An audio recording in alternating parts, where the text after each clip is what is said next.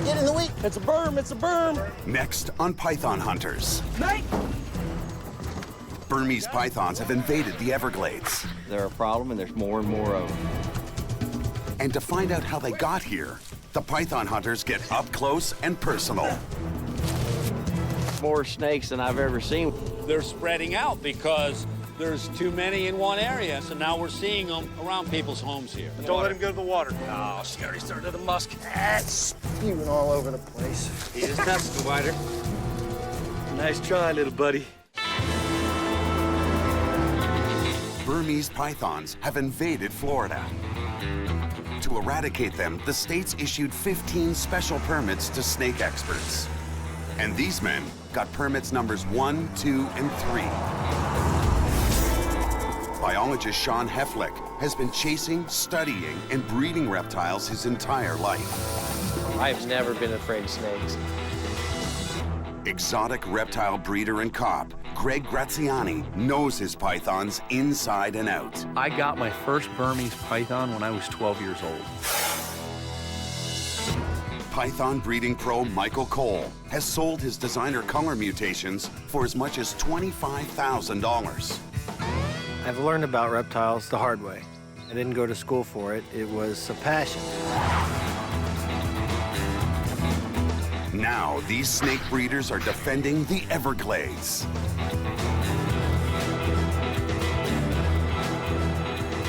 They are the Python Hunters.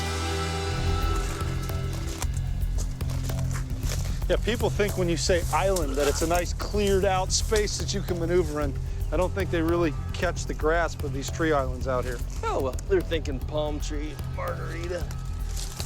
I'm thinking palm trees and margaritas, but I'm not finding it.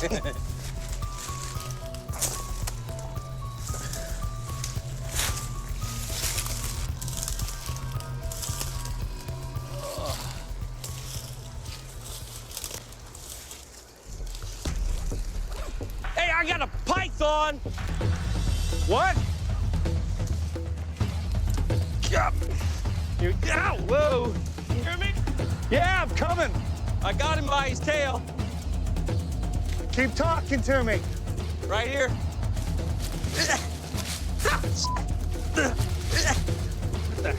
What's the quickest way to you?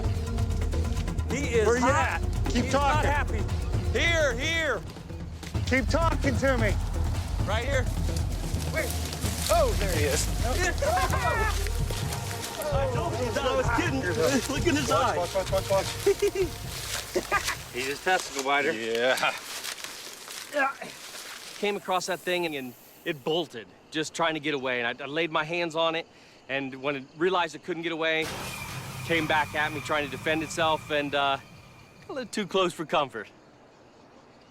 Nice try, little buddy. His teardrop comes up over his eye. Yeah, that's strange. That's real strange. I mean, his right side is normal, no pigmentation. This is a Burmese python. It's originally from the jungles of Southeast Asia, but since its accidental introduction here in the Florida Everglades, it's reproducing at a fantastic rate. This top predator's appetite can threaten the fragile balance of the Everglades. This vast subtropical wetland is only a few meters at its deepest, but it's also home to hundreds of species, including 40 listed as endangered. The berm thrives here because its tan background with brown splotches and black outlines allows it to blend seamlessly into the habitat. And it needs to. They are opportunistic carnivores that lay in wait for their prey. Let me get a ground temp, because that's the only thing we need. A ground temp and a GPS. Head temp first. Okay. Head temp is right at 80. And the ground temp is at 66.8. The temperature of the python and its surroundings are key pieces of data for understanding this cold-blooded animal's needs and habits. Weird little snake. I came out through here. He was heading this way out of the sun. So I may have just spooked him out of that sun. 9. Mosquitoes are good in here. Yeah, I got no bags either. I haven't restocked. I got bags. I got bags. I don't know if I hit myself in the eye coming through there or what. Maybe I burst Listen, a blood vessel trying you to get saw- through that. You saw how close he came to grabbing me on the testicles. The one before that, when I laid my hands on his tail and I yelled, I was kind of half distracted because I was calling y'all. Right. And I turned around, there's a gaping mouth like Is that what you yelled? I'm not kidding. yeah, 3 inches from Yeah. from the goods. Got the temps Let's get him out. in here. I got bags. You got bags. Yeah, mosquito. He thought it was a snake. No, I didn't think it was a snake. I knew you were hitting me. Yeah, but I got evidence. I saved you. That was a malaria carrying mosquito. I saved your life. We got a long airboat ride home. The Burmese python isn't only a threat to the balance of the Everglades. Rightly or wrongly, it's also seen as a public safety issue. I know there's huge hysteria because these are snakes. The fear that they've invoked in people is devastating. I don't have a snake. I don't want a snake for a pet. I don't like any particular snakes, to be honest with you, especially ones that are bigger than myself. The state of Florida has become the unwelcome home to dozens of foreign animals that can pose a threat to the Everglades. From the fire ant, to the cane toad, to the green iguana. But of those, the Burmese python is perceived as enemy #1. Official estimates range from 3,000 up to 100,000 Burmese pythons breeding in the wild. No wild Burmese python has ever attacked a human. But South Florida residents remain unconvinced the giant reptiles are docile. They're getting closer and closer to residential areas, and to me, that's alarming. When the rats and the rabbits run out, it's going to be small dogs and hopefully not a child. Burmese pythons frighten the suburbs of Miami and create potential havoc in the Everglades.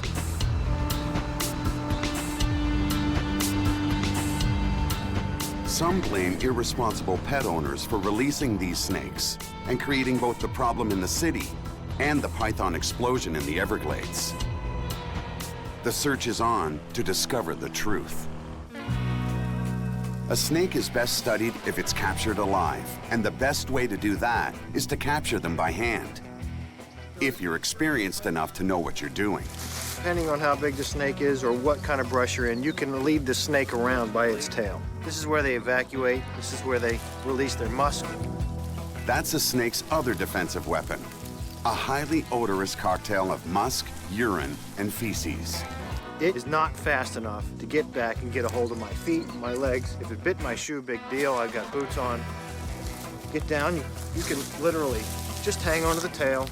You watch it where it's looking, and then get it behind the head. Once you've got control of those two spots, you don't get bit and you don't get musked on. That's the way I catch a snake. That may be how he catches a snake for a demonstration, but Michael hasn't caught a snake in the wild this hunting season. He's determined to change that, and soon. Here's a few things that we keep in the bag when we go out hunting. The one thing we definitely need are snake bags. Whenever we capture a snake, we gotta have something to put it in. So we keep plenty of these, multiple different sizes in here for different size snakes. Every time we capture a snake, we like to get a ground temperature, also a body temperature on the snake. This is an infrared temp gun, so we can go ahead and shoot the snake and get the temps for those measurements. We obviously have to get a measurement on the animal, so we keep a soft measuring tape so that we can get that. This is probably one of the most impressive things everybody sees. This is not what we use to euthanize snakes. This is actually to help get through a lot of the thick woods and things like that. This is a snake hook, and this is a collapsible hook that we can pack in the bag here. But we use this anytime we come across something venomous. We can use it to manipulate the animal. Mike, you got anything in your bag that I'm not carrying here that you need to show us? Well, I used to carry exactly the same stuff as you guys, you and Sean. We've been traipsing out here for weeks and weeks and weeks, and every time we go out, we all have the same stuff in our backpacks, so I thought, make mine a little bit lighter. I don't carry anything in mine. I see how you are, because I got about a 50-pound rucksack here, and so you're just pretty much depending on me. I appreciate that. There you go.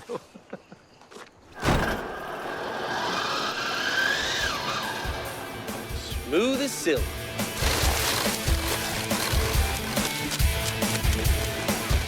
The state of Florida has licensed these snake experts for one reason: to stop the pythons. But you can't solve a problem until you determine what started it. Their mission today is to discover how the pythons got here in the first place.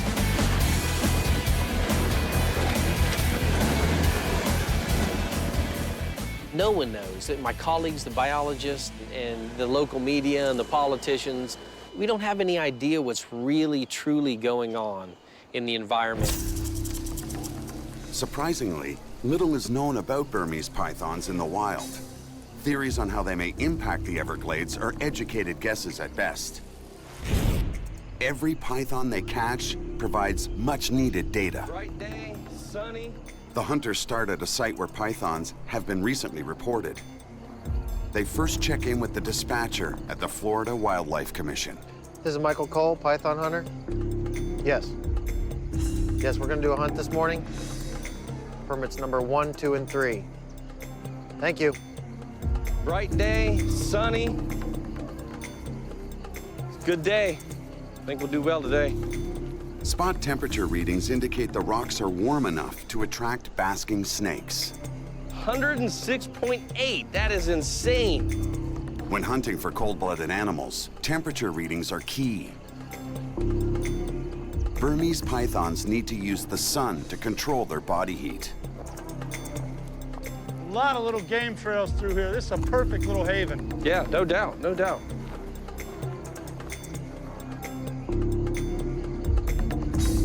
Guys, I got a burr.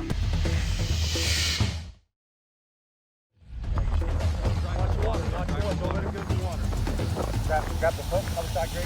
Hang on, let's get her away from the water. She's not happy. Oh, she already started to musk. She get you? Yeah, a little bit. There we go. All right. Well, that's a good-looking snake. That is beautiful. It is nice. This is this is a typical wild-caught specimen. A little thin. Yeah, this is the size we're finding. This is the average size. I mean, we come across, the 14-footers, maybe a little every once in a while.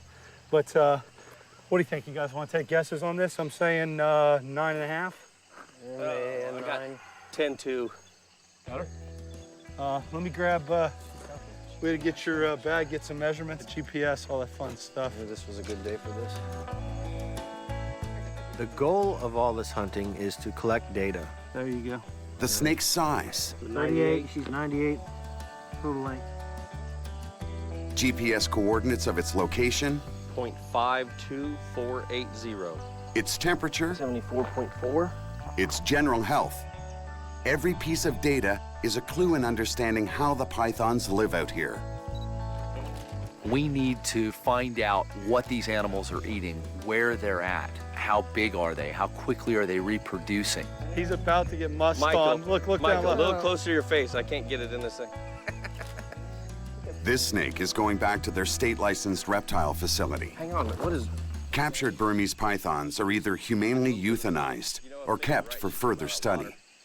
I'm not sure if we can ever eradicate them without an act of God. I'm not sure that we can't, but we need to find out.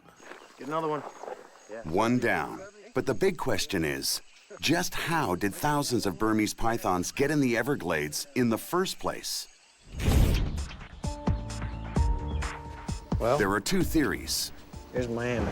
The first is that in 1992, Hurricane Andrew wiped out a reptile storage facility, injecting hundreds of Burmese hatchlings into the Everglades. We know that there's at least one facility that was present during the hurricane. Yeah, and that was right here. And we're talking about 900 plus Burmese pythons, none of which were recovered. Yeah, well, they were babies. I know, being out there, that a baby Burmese python, 17 to 24 inches, everything eats them. Everything. However, as babies, they can find cover easier than large animals. It's been almost 20 years since Hurricane Andrew. Plenty of time for the pythons to breed out of control.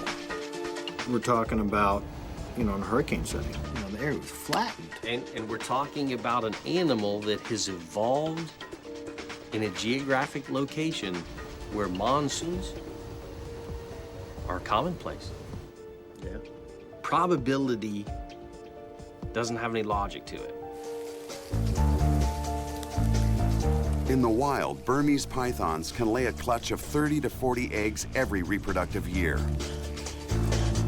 Even if 95% of the python hatchlings died, there would still be enough to worry about. If 1 or 2 animals makes it per clutch, that's 27 to roughly 60 animals that survived in one location. That's not a bad insertion value. The second theory behind their proliferation is pet release. Florida City Homestead area is just full of reptile people. Dealers, keepers, eccentrics with lots of exotics. But we need to go out there and we need to find out.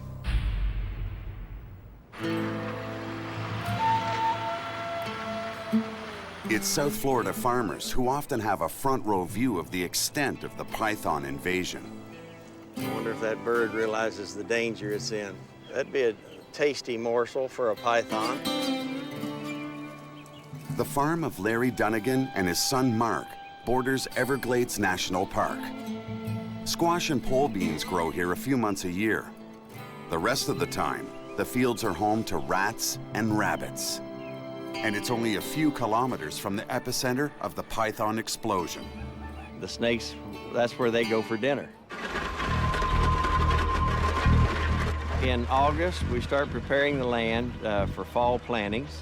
The telephone calls and the radio conversations came in that, boss, there's lots of snakes out here. More snakes than I've ever seen. We ran over 2 or 3 the year before, but never this number of snakes.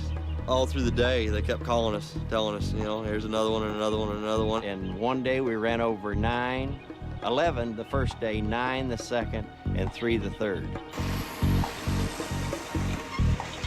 But believe it or not, you would think it would cut them into 12-inch sections. It doesn't.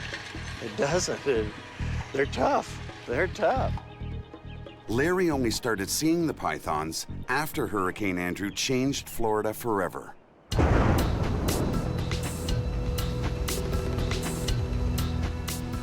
Hurricane Andrew, a Category 5 massive hurricane, it was one of the most horrific, horrendous storms we have seen in decades.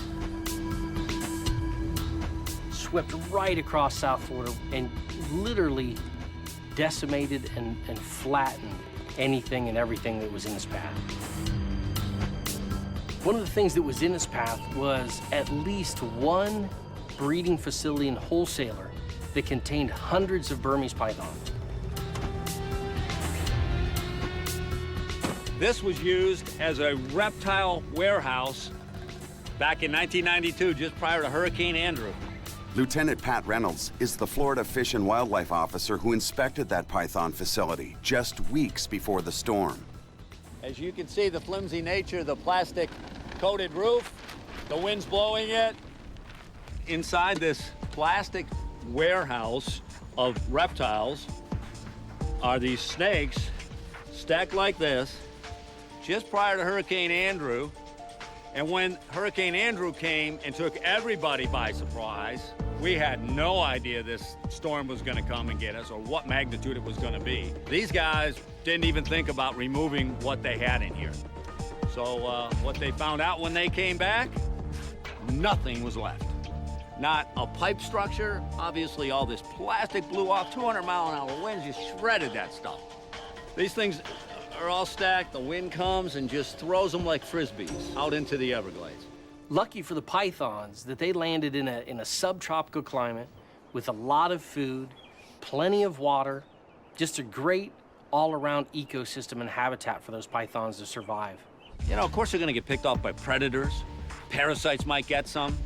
But what's the chances out of thousands of animals that something might survive? I think it was pretty good. It was a perfect storm for these pythons. But while Lieutenant Reynolds remembers getting calls about a lot of exotic escapees in people's homes, the pythons were mysteriously absent. Now remember getting together with the nuisance animal trapper and saying, when are we going to see the snakes? Where will they show up? We never found any. We never got a call. We got together and shook our heads. We just couldn't believe it. Around year 2000 or so, we started seeing pythons turn up in the Everglades National Park. And we said, could it be?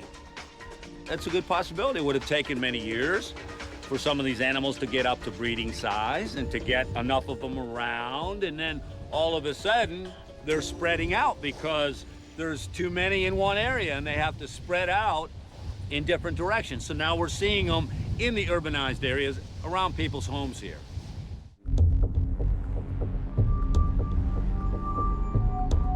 A few kilometers north of the area where the storage facility was destroyed, the swath of wild lands between the Everglades and the surrounding communities is prime hunting territory. Michael is still waiting to catch his first berm of the season. And there's rats everywhere. That's about 6 I've jumped up already. Find me one of the gutted python. Then we're talking. I think I pretty much have to, don't I? Yeah. No pressure, Michael. No pressure. No pressure. Sean and I are very competitive. Right now, he holds the number for the most captures. I hold the number for the largest capture. You know, and we argue which one holds more weight. And these 3 guys all want to be the first on any snake they see.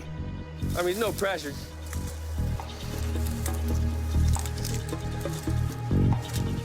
Looks like something middle. Corn snake. Yeah? You got him? Big one. You lost him? Got him, yeah. He's under this rock, though. Hey, wait, I can get him right here. Get him? He's pretty deep. Got a couple of rats in here already. He doesn't know we have a snake, does he? No. Can you see that, Greg? Has he got a hole under there? Yeah.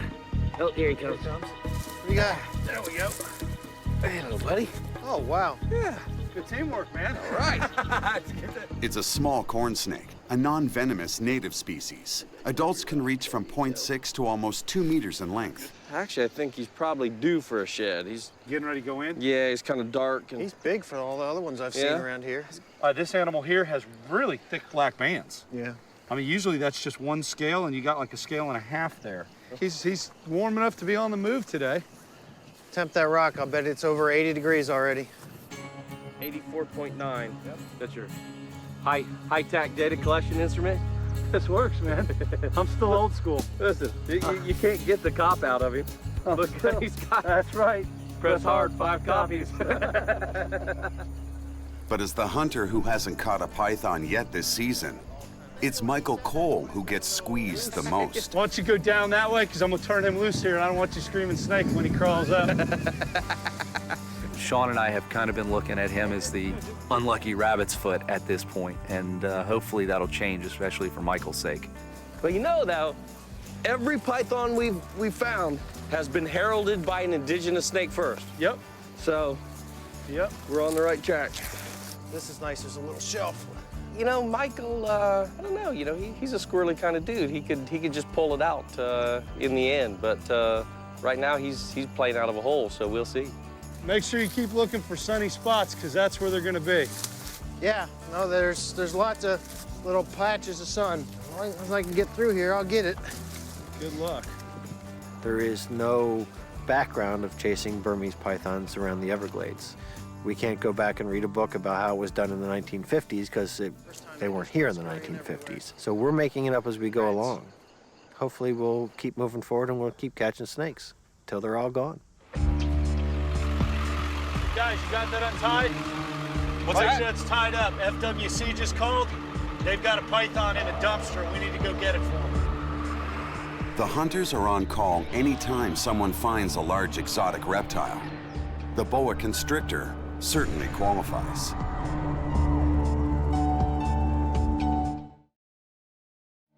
He believes it's going to be a common boa. He says it may have been hit by a car. It's got some injuries to it, so we're going to have to check it out when he gets here. The Florida wildlife officer was called in when a snake was spotted in an industrial park. It's a common boa, and it was in one of the Dipsy dumpsters. Right. So he didn't fight or create any problems and stuff. Yeah. So it's not a horrible monster? Not like a typical python. A little bit more aggressive, I have to admit. You know, sometimes when we get called out to capture a loose python, sometimes it's in an urban setting very close to where the wild population is. As soon as we get our hands on that animal, we can tell whether it was an escape/release or a wild animal. Those wild animals, as soon as you put your hands on them, they try and defend themselves. They strike, they bite. The captive animals, you can pick them right up and normally put them in whatever container you need. Actually looks like he's been chewed on a little bit. But this actually went to the spine. You can actually see vertebral column. Yeah. Wow. This abandoned pet has none of the skills needed to survive in the outside world. Its injuries will probably prove fatal. I mean, these really are spectacular animals. And, you know, it's disappointing to see one in this condition. Yeah. Are they from believed to be a wild population or some captive animals that were let loose, or what do you think? We believe that it's captive animals that have been let loose. In Okay. this particular. The hunters have found that released pet snakes discovered in urban areas seem to be more often victims than dangerous wild predators. You guys got all the. You know what? Let's do this night hunt.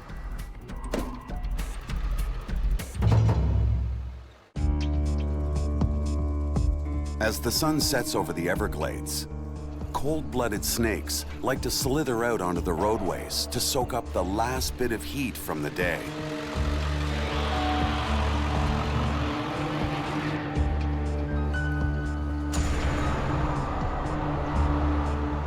So this quiet, warm road near the Everglades should be an ideal place for the hunters to find pythons. Snake! Where?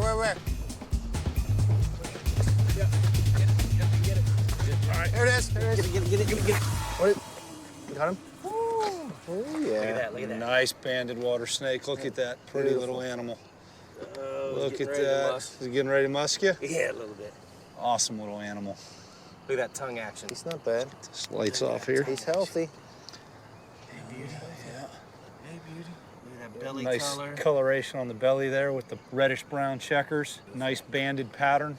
People mistake this animal for the Florida water moccasin or cottonmouth. And, you know, the juvenile cottonmouths have a banding pattern like this. But if you know your snakes, these things look nothing like a cottonmouth. The head is a lot smaller, no brow ridge. But, you know, thousands of these get killed every year because people think they're water moccasins, which is really unfortunate because these are great snakes. South Florida is home to 4 venomous snakes: the water moccasin or cottonmouth, the coral snake, the pygmy rattlesnake, and the eastern diamondback rattlesnake. Oh, yeah. This is the stuff. I don't want to do that. You keep your musk tonight. You keep your own musk. You boys are learning. Oh, yeah, this snake's 3 years old. Yeah, all right, let's Let's get this one off the road. He disappears. all right, let's go get a python. Let's go get some pythons. But the hunters are here to catch invasive species, especially the Burmese python. One down. Hey, that's good. Early in the hunt. It is a big full moon tonight. I didn't expect to find anything. I've been told that full moons are a bad time to catch snakes.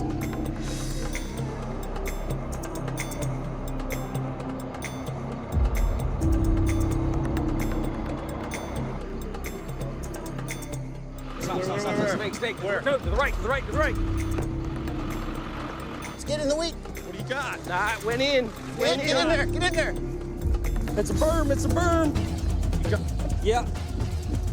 No, he's not huge, but it's a berm. They're moving. Driving, the lights are bobbling around, and I wasn't sure it was a snake. I saw a break in this white line along the road. You know, wasn't positive until the break in the white line disappeared, and then I knew we had a snake. The ones that we're finding in the Everglades, 2 things happen when you come across them. They run, and we try to catch them, or they stand their ground and they bite. And when they do, it hurts. This is a magnificent representation of one of these smaller Burmese pythons. What happened to calm, Snake Whisperer? Well, as soon as she realized that was warm, That was a defensive bite. totally defensive. And she's real nervous right now. This animal is not aggressive, it's defensive at this point.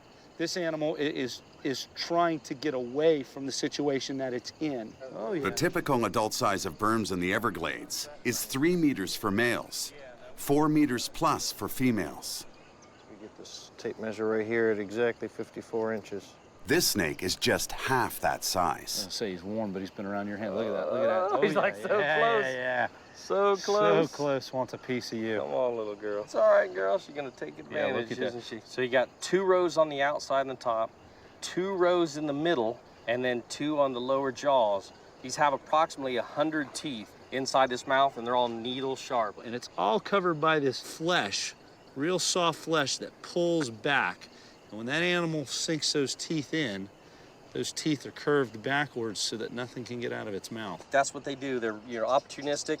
They sink their teeth into that prey item, and they hang on to it. That's leverage. Then they wrap the coils around it, and they suffocate their prey. But she's got heat-sensing pits all around the upper lip. And when she senses that body heat, she can tell this is another animal. They say that man has never invented anything. They have always taken from the natural world. And this is a prime example. Same temperature gun we just used to capture the temperature on the road, on the ground, and on her head to see what the differential was. That's an IR, infrared heat gun. That is the exact same mechanism that this animal uses. The bigger the animal, the harder she'll strike. But the quicker she'll have spent all her energy. You know what? I know we've all seen thousands of these animals. They're just beautiful. But how can you not just continue to look at them and not be just in awe? Bring my kid out. After a few minutes on the warm pavement, she rebuilds her strength and is ready to strike again. These animals. All right, let's bag her. You're trying, I know. I didn't do that. Come on now, baby. Y'all blame me for all kinds of stuff. I was being nice. Well, you know, Greg got himself bit. I had nothing to do with all that. Yeah.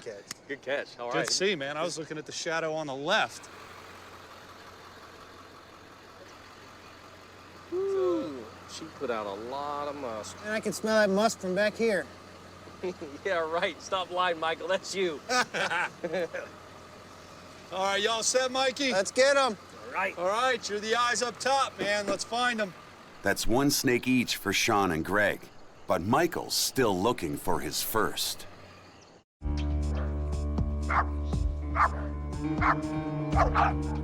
Many people still believe that all wild pythons are either escaped or released pets. Pets like Sean's 4.5-meter berm. He just keeps coming. He is a gentle giant, without a doubt. He looks impressive and he looks like he could put a hurting on you, but aggressive, not at all, not at all.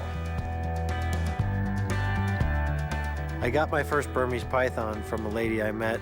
It got too big for her, and she gave it to me. And that's also a great story of how I met my wife. Now, some politicians are looking at banning the trade in these exotic animals altogether. What I have to believe is that in order for me to keep my Burmese pythons that I'm so passionate about, that we have to figure out how to keep these snakes that are in the wild from becoming a problem.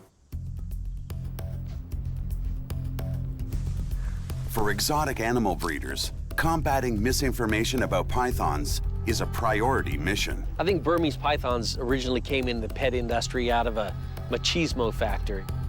Burmese pythons found their way into American homes in large numbers back in the 1980s. People thought, oh, you know, look at this, I can walk around these things on my neck in public and chicks are gonna dig it. I think it started in a different capacity than what it exists in right now.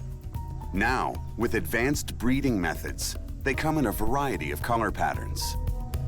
From 1996 to 2006, almost 100,000 Burmese pythons were legally imported into the U.S. With a size of a Burmese that can get 20 feet, also comes a lot of responsibility and, if you're not careful, a potential danger. In the last 30 years, there have been 13 reported deaths caused by pet giant constrictors, all of them either their owners or members of the owner's family. To put that in perspective, during the same period, more than 700 Americans have been killed by dogs. Just like, you know, raising up a puppy, you can do great things with them or you can do bad things with them. Oh, muscle. Most captive Burmese pythons are gentle giants, but these 3 snake experts believe one thing: they're just too much pet for most people. What happens is you buy this beautiful 18-inch baby Burmese python.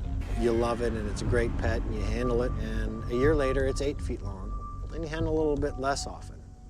And a year later it's 12 feet long and you handle it hardly at all. And eventually it becomes an animal that costs you money and you're not enjoying it, so you're going to try to find another home for it or a zoo.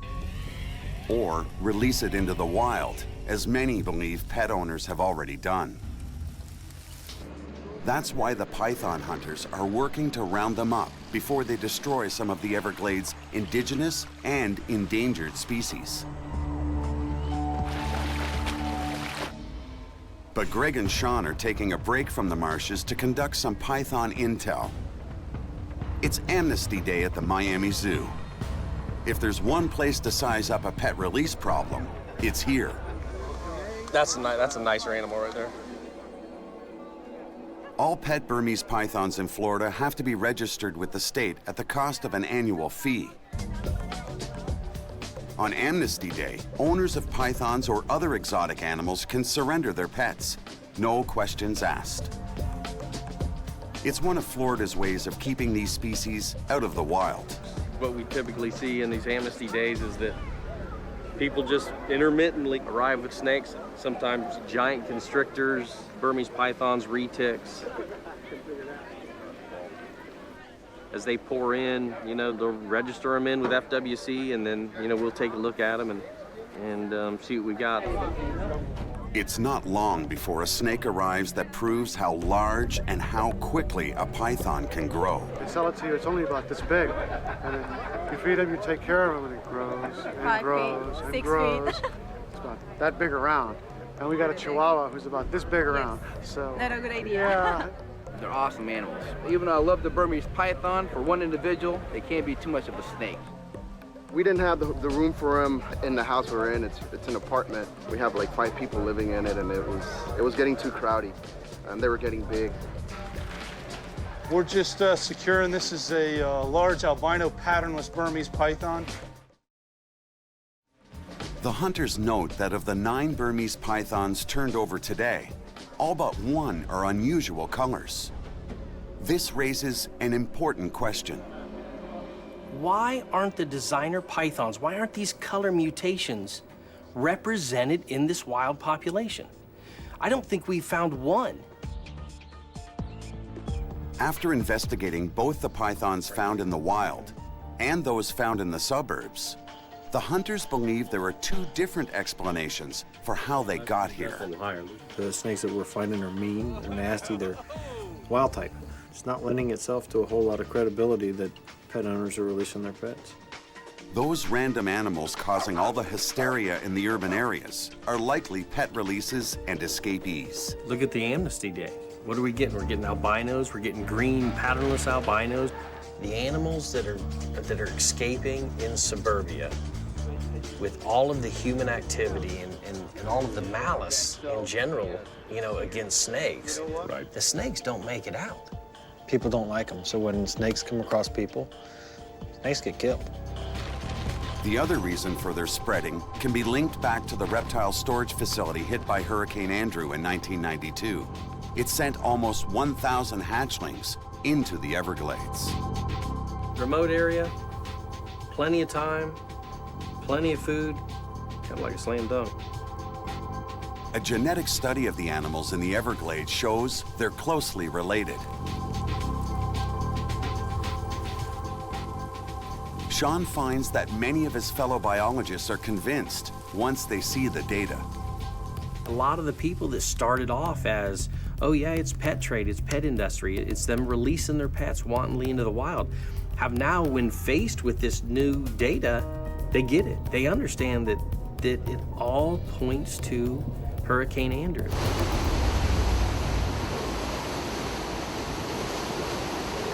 We still need to get rid of the snakes. They don't belong there. I mean, I don't think anybody argues that. For some, like farmer Larry Dunnigan, it can't happen fast enough. We're all in the same predicament with the pythons. They're a problem, and there's more and more of them. They are prolific, and we're seeing more and more of them every year. Larry's workers crunched a record number of the giant snakes this season. We're not used to snakes. We're afraid of snakes. They didn't know what they were. They knew it was strange to have that many, but there wasn't nothing they could do. They ran over them. But see, a python could easily hide out here. They kind of, in my terms, give me the willies.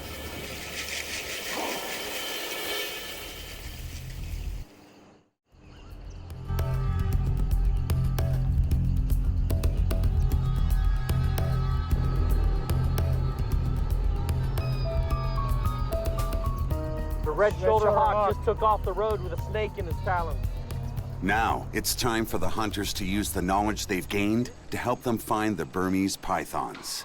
Colored underbelly, too. That's a good-sized snake. That could be a baby Burmese python. Shoulder hawk. As they watch the food chain in the wild firsthand, they're able to separate fact from myth. Look at that.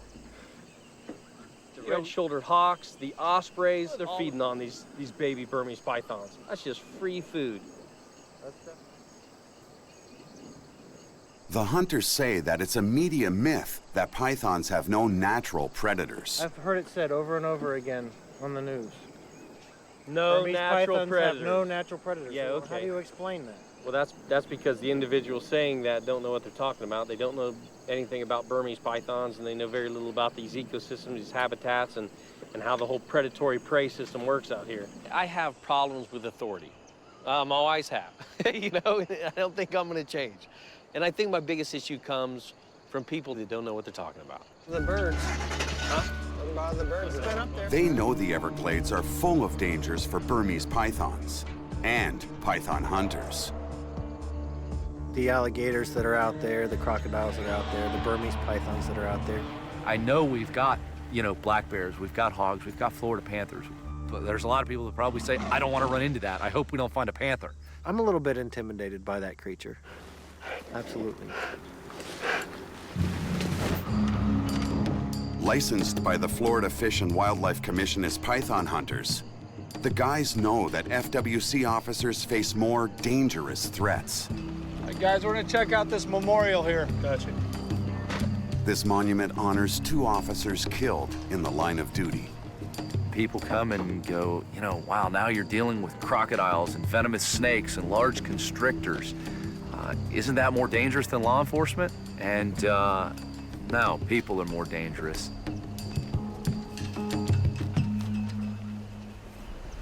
Yeah, this has got to be one of the most dangerous jobs out here. I mean, every time one of these officers approaches somebody, 90% of the people they approach are armed because they're either hunters or poachers out here. So, I mean, a really, really dangerous job. And geographically, they don't have backup. One guy could be covering 4 or 5 counties. I respect the heck out of them. Not a job I'd ever want. Let's go catch some snakes. Yeah, let's lend a hand, see what we can do. The hunt for the Burmese python continues.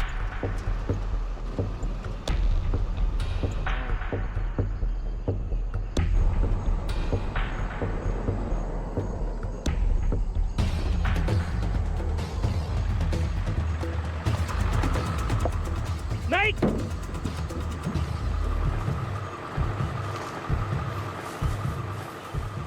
Wow, that's a good find, man. Gorgeous. That is awesome. Look, this is a Brooks. That is the prettiest Brooks I've ever seen. My Wow. God, are you serious? And we're in a pile of thorns. I didn't even realize it. I grabbed. Oh, you realized it? I realized it. No BS. This is the nicest captive or wild caught looking Brooks I've ever seen. As a kid, this was the ultimate find in South Florida when I was capturing, snakes down here. I have not seen one of these in the wild in That is 7 years. incredible. And the funny thing is, we're both bloody. Has nothing to do with the snakes. Yeah, right. The terrain here is worse than the animal. Main food item for this snake right here are other snakes. Hatchling Burmese pythons don't stand a chance against this. And the larger pythons don't feed on snakes, so he is not in danger by any of the larger pythons. So the baby Burmese pythons could actually help this species. Yeah, it's not gonna hurt them. There's no doubt this is not a species that's going to be hurt by the Burmese python. Let me tell you something. For sure. Burmese python babies, it's what's for dinner. That's right. For these.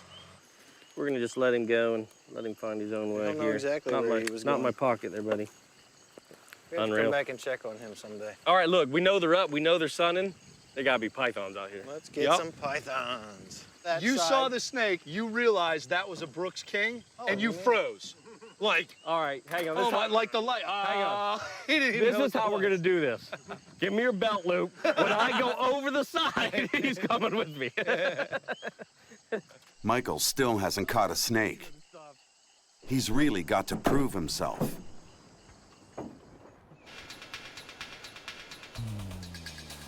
The wildlands around the edge of the Everglades are not only ideal Burmese python habitat, but the many trails make it more efficient for python hunters.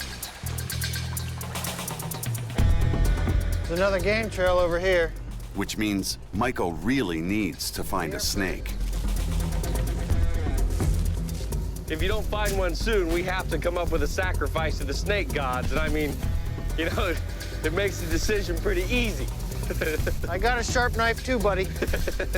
Just stay back.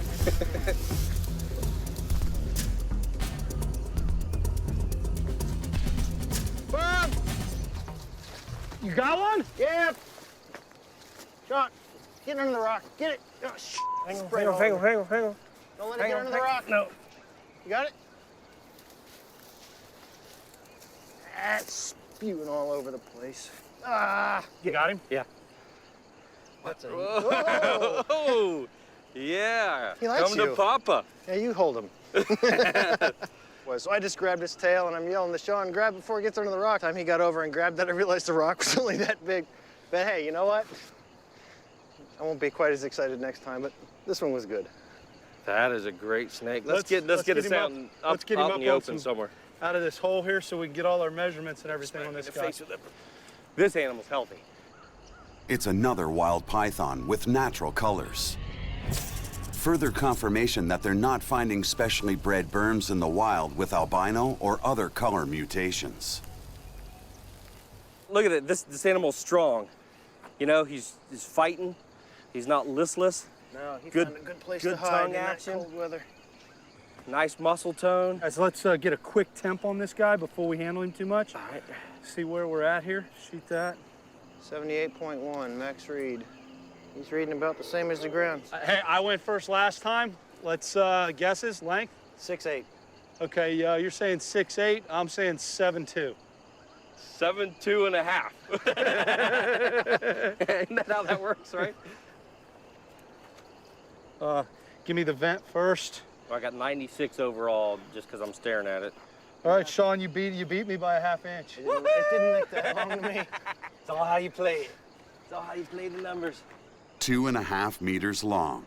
In the Everglades, male Burmese pythons typically grow to 3 meters.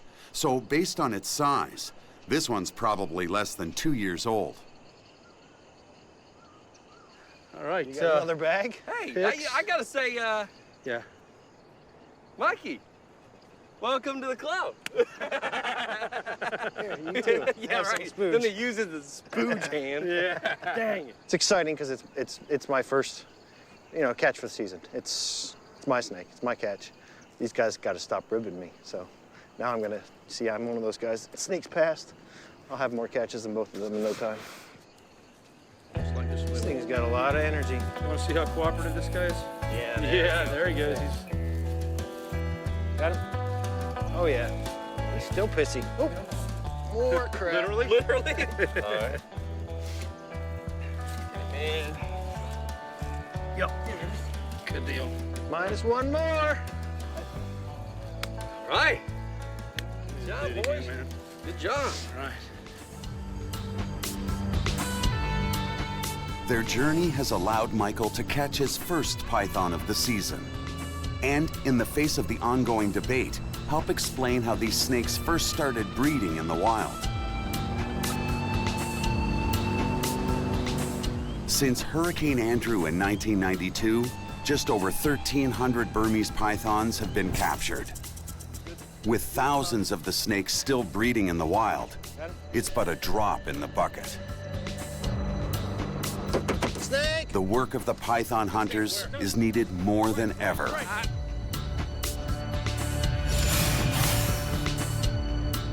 So while a few escaped python pets will continue to harass the suburbs, there's no doubt that a serious problem in the wild remains, threatening the many endangered species in the Everglades.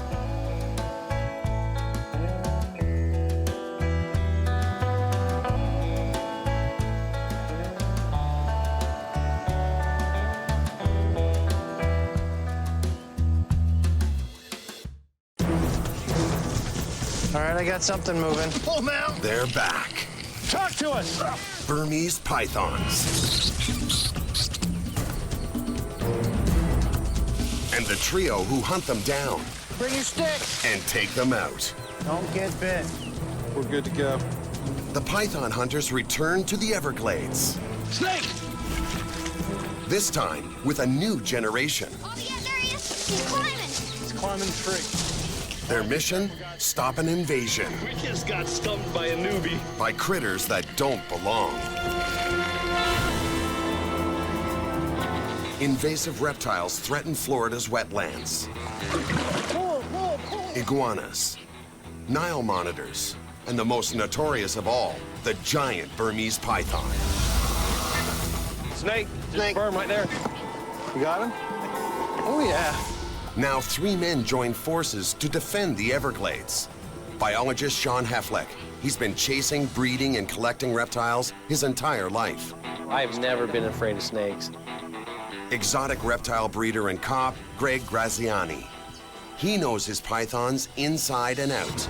I got my first Burmese python when I was 12 years old. And python breeding pro Michael Cole. He's sold his designer color mutations for as much as $25,000. I've learned about reptiles the hard way. It was a passion. They are the Python Hunters.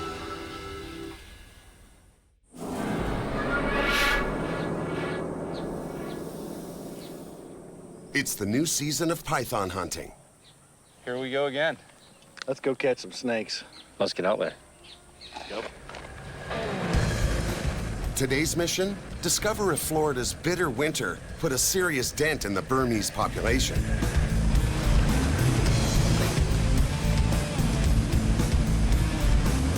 It'd be nice if we didn't find any berms, but unfortunately, I guarantee we're gonna. Before the killing cold, the Burm population was estimated between 3,000 and 100,000 snakes. Land ho! The hunters want to know if a new generation of pythons are taking hold. Got some open space. Oh yeah, a lot of cover too. What'd you find? Turtle nest dug up just like before. Yeah. Which means python food. Python food making a trail, too. I'm gonna go to this end of the island, then just work back toward you guys. All right. The conditions are perfect for berms. With plenty of food and a temperature of 29 degrees, they're going to be on the move. Michael, find me a hole. Whoa, guys. What you got? Come here. Greg, it's a water moccasin. Bring your stick. It's right here. It's right there. Yeah. He's coiled up. Almost stepped on him. Yeah, right here.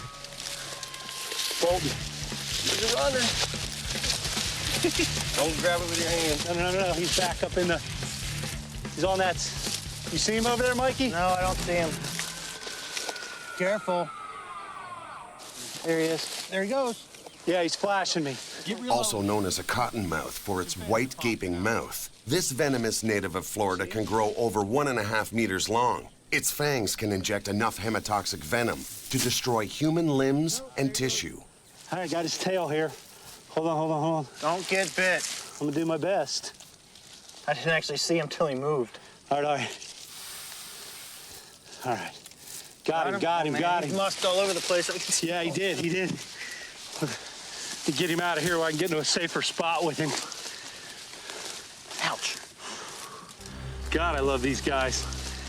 Look at those little needles. That's why this is not for the faint at heart. Or the idiot. Sean, get your hands out of there. And when he ran, I thought he was gone. Yeah, well, You tried. you got the python hunters here, man. There's the cotton. That's why they call it a cottonmouth, that white flash there. I'm gonna take these out and let him relax. Careful. Unlike Burmese pythons, cottonmouths belong here, so this one gets to go free. Let's see if we can get him flashed a little. No, he's gonna run. He's gonna run. Yeah, let him go. Let him go. Off he goes. What? I'm still shaking. I love those venomous things, but it's just not me. Come on, let's catch us a berm. Now Mikey's gonna be staring down at the ground, afraid to step on the... I'm not afraid, just cautious. Burmese pythons can grow to over 6 meters, many times longer than a cottonmouth. But finding a snake that big isn't easy. With brown and black camouflage skin, Burms are almost invisible, but Sean, Greg, and Michael know exactly where to look. Hey, hey! What you got?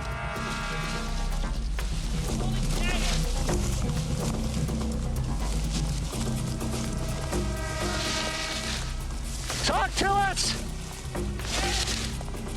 Talk to us! Come on, talk to us! Oh, come on! Are you in the water? Yeah, right at the edge. Damn it. I'm coming through. I see you. It's slippery. I have no idea where his head is, but... You have no idea where his head is? No, because... Which direction he's going into the grass? Right here in front of me. His tail's between my legs. Hang on. All right, I see somebody. I see somebody. Grab his tail. Wait a minute, I'm about to lose him. I got his body right here. I got the mid part of his body. Can you release it and I drag it this way? Michael. Grab this. All right. I got his tail in the case. All right, I got the head. I know, but he's got this wrap. We're gonna have to back him through or reach through. Hold on a second. That's a good size one, guys. Can you please just pull him out? You got it? Yeah. I got it. Go. You got him? Yeah. Okay. They bagged their first Burm of the season, but now they'll have to be careful not to get caught themselves. Guys. What? Dude, we're in a... Hey, that's a gator nest. There's broken eggshells around here. Yeah, I'm standing in knee-deep water next to a gator nest. This thing was right on the edge of this gator nest. Look at the sun coming right in here on the nest, which is why the nest is here. And when I walked up, bam, it just bolted into the water. Alligators rule the Everglades, but they're now in direct competition with a huge dinner guest that nobody invited to the party. That's a nice one. I can feel more than hear gurgling in his throat. Look at the bubbles. He's got a respiratory. He's bubbling. He's come down with a respiratory. Other than that, he looks perfectly healthy. This is a thick animal. We don't have a weight on it yet, but this is one of the thickest ones that we've caught in this area. Well, I tell you what, we need to get the date on this thing and get it loaded. Matter of fact, you know what? Let's just get GPS. GPS and temps may not do any good. He's been in the water. Okay. So let's get GPS. Everything else can be gotten, and then let's finish out this hunt on this island. You know, this snake could be sitting here, ambushing a mammal that's coming up here to get what's left of the eggs from this gator nest. Yeah, I wouldn't doubt it.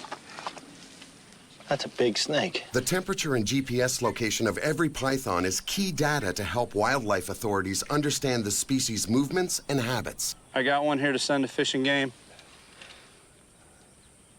This snake is about 2 3/4 meters long and weighs 6.8 kilos, about average size. Still, they'll need more catches and more data to determine if significant numbers of pythons survived the cold and went on to breed. We're good to go. It's a good day, guys, good day. This is a hot spot, man. It was a hot spot last year, it's a hot spot this year. Their first hunt does offer one chilling conclusion. Burms of breeding age are still alive in the Everglades.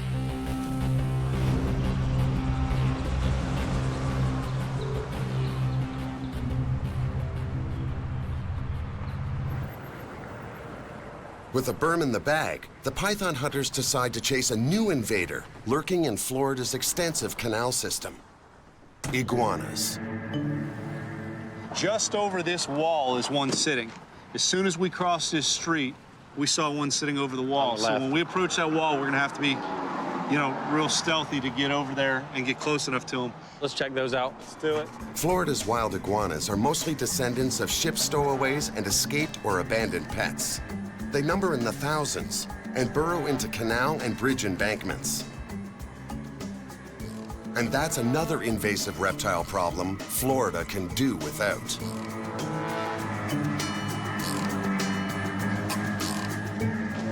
Yo. Great. Hang on. Under the bridge? 2 of them. One in the water, one's under the bridge. I'm gonna go to the other side of the bridge. Okay, he's crawling on the rocks all the way across. One already went in the water? Yep, he went down right there. The other one's running across the footway. See him right there? That worked real good. That's an iguana there. Hey, Mike, we got 2 of them exactly at this point on the opposite end of the bridge. One facing the road, one facing out. Oh, and they're heading up. No, that one's going down. God, that thing moves almost he's like a going up. rocket. He's going up. He went down and up. Go across that side. Yeah, I got it. I see the big male right here, though. Oh, he knows what's up now. You're gonna have to go across. He's this way. She went right down that crevice. Oh, did she? Well, mine might not have worked, but I stayed a lot drier with mine not working.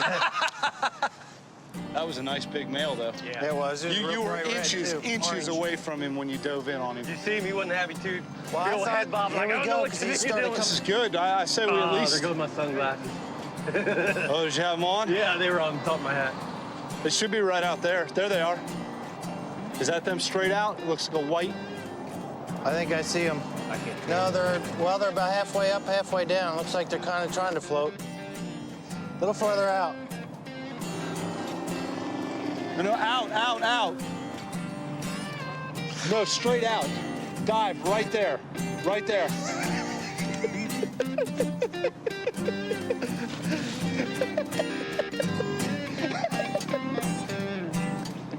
No, right there.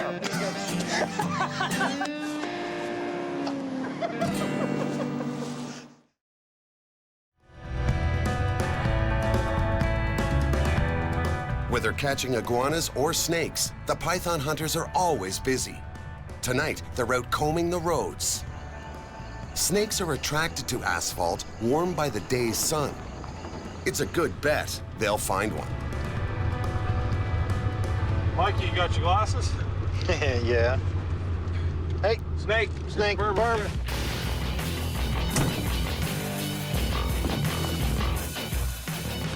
Got him? Oh, yeah. Oh, yeah. Little one. Little one. Get his tail. He's twitching. Hang on. Let me turn him, and I'll turn him right away from you. There you go. You got the tail. I know this get even game here. He's trying to get you I bit. know what he's thinking. I know exactly what he's thinking. He's all yours. Oh no, you jack. I said he's all yours. Yeah, just what I want. Back in, all over me. To defend themselves, pythons squirt a foul mix of musk, urine, and feces that lingers for hours. Come here, Mikey. What are you pointing at me for? Come here, Mike. Come on, man. What are you pointing at me for?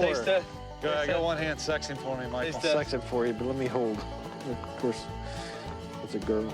Is it? I don't think I've caught a girl this small. She's fighting you.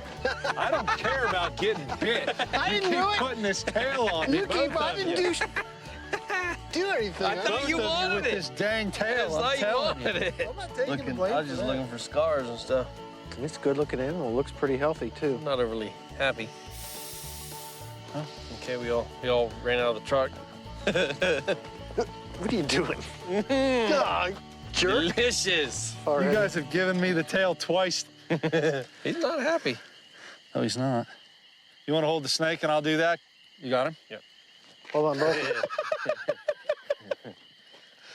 Smile, Sean. You can let go of the head, just don't let go of the tail. 68 3/4. 7 exactly on girth. What, you came just hunting for mama or what? Yeah, that's all I carry, big bags. Pigs or? That's all I carry, big bags. He's gonna put bodies in there. 6 pounds, 7 ounces. Done. Done. And we're out. Okay, I spotted it. Got the tail, Greg took the head. You can hold it. Over. It's early morning at Mike's place. Come hither. I'm ready. Come on, Jedi. Woo. Get away. Oh. Fight me for real. Chicken. Oh. Whoa. Ow. People think it's dangerous to go catch snakes. I got a sword fight with that kid every morning before school. That's what danger's all about. Mike is one of the world's top breeders of exotic ball pythons. This morning, after a year-long wait, he'll find out if he's produced another new, one-of-a-kind genetic mutation. I think we got some baby snakes hatching. You want to go cut them open?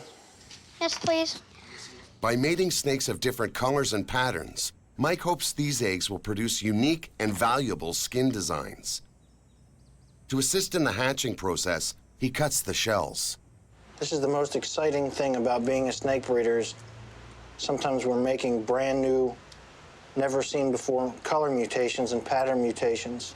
We use these scissors where it's pointed up in the corner, so we make sure we don't cut any of the snake or the veins. Looks like we have a... I don't know. Looks like we have a pastel or a super pastel. Look at all the veins that are not quite absorbed yet. Wow. When it's ready to come out, all of those veins will turn gray, and the blood will be absorbed into the yolk, which gets absorbed into the snake's belly, and then it'll be ready to come out. Oh, wow. The first ever pastel calico window granite. Wow. Genetic engineering of ball pythons is worth the effort. Look at those colors.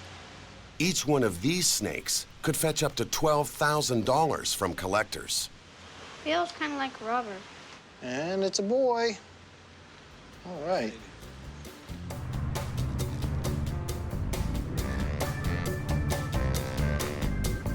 Mike exports his baby pythons all over the world. But today, he's agreed to collect a major shipment for another breeder. Welcome to Miami. Going to the airport. Every year, over 500,000 reptiles from around the world pass through Miami International Airport. Strict regulations determine how each species must be packed and shipped.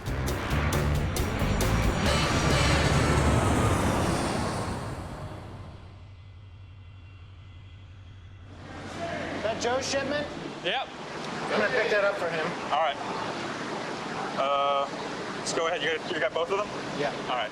Wildlife officers and customs officials spot check the This shipments. is first over here. Let's go take a look at the emeralds. These crates come from Guyana and contain dozens of snakes, lizards, and caimans, a relative of the crocodile. Many of these reptiles can inflict serious wounds. Everybody where they're supposed to be? So far. I always wondered if you guys were as careful as we are about handling that stuff. Yeah, I don't want to end up having to get stitches or anything like that. Yeah, those are some nice long teeth on that snake. Main thing also we're looking for here too is make sure that it is an emerald tree boa and not something venomous either. Yeah, well. It's happened before. They're emeralds. Yeah. That's a beauty. I like it when they ship what they're supposed to. Yeah, so do we. The emerald tree boa is a tree snake with large fangs. So when you get bit by one, you're going to continue to bleed for quite a while. Whoever packed this shipment got bit. It looks like they lost a little bit of blood packing it. As long as it's not yours, right? Yeah. This is supposed to be the caiman? But the inspection hits a snag. It's supposed to be 5 caimans in here. The mouths have to be taped? They're not taped. They're not? No. Are you kidding me? With no tape around the caiman snouts, the shipment violates U.S. Fish and Wildlife laws and may be refused entry. That's a violation. Yeah, it's a violation of IATA regs. I'm gonna call him. We got 3 little guys here. I don't think I'll be picking this one up. I'll let him come get it himself. Hey, Joe.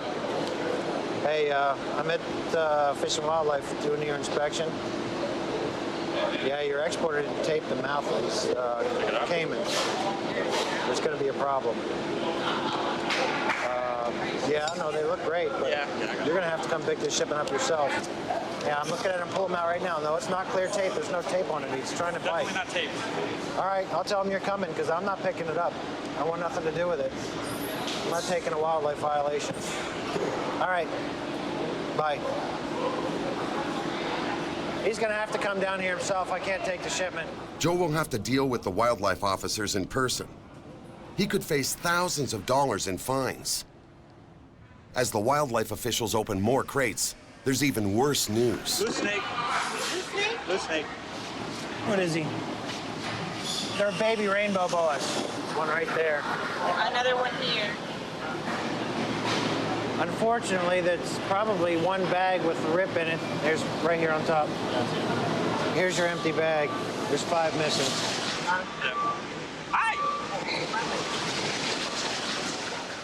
Another surprise package. It's got the tegus in it. Yeah, little tegus. A covering screen has come loose. Oh. It's not exactly standard pack job there. No, this is not really an acceptable packing job. Yeah. And this is why. Yeah, I see him. Got him. Whoa. They're fast little guys. That's how we get invasive species here. The tegu is an animal that eats anything, anytime, anywhere, and can adapt, and now you've got a population problem. Exactly. Same thing we have with the birds. Particularly in an ecosystem that they can thrive in. Oh, yeah. I mean, that's the big thing right there. Well, we see it with other species. They're here, you know, they got here, however they got here, they're here, and they're doing good. Exactly. With the reptiles secure, Agent McKissick invites Michael to see something the public seldom does. Oh, you're kidding me. Is that real ivory? Yeah. Those are real tusks? Yeah. Oh my God, that's a real grizzly bear. Yep.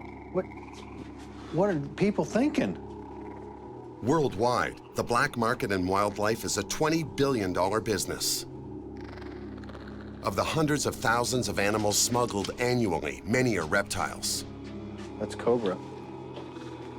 Monocled cobra skin. Somebody's purse. A lot of the stuff we can say were the innocent buyers. Are you kidding me? I mean, you know, you'll see stuff like this being sold on a street corner in another country. They're caiman. And a lot of times the people will buy it thinking, well, if I can buy it, then it must be okay.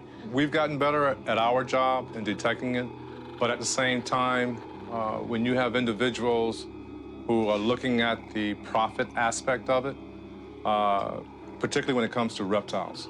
One individual brought in a suitcase out of South America. We retailed what was in that suitcase at $45,000. He purchased the animals for less than $500.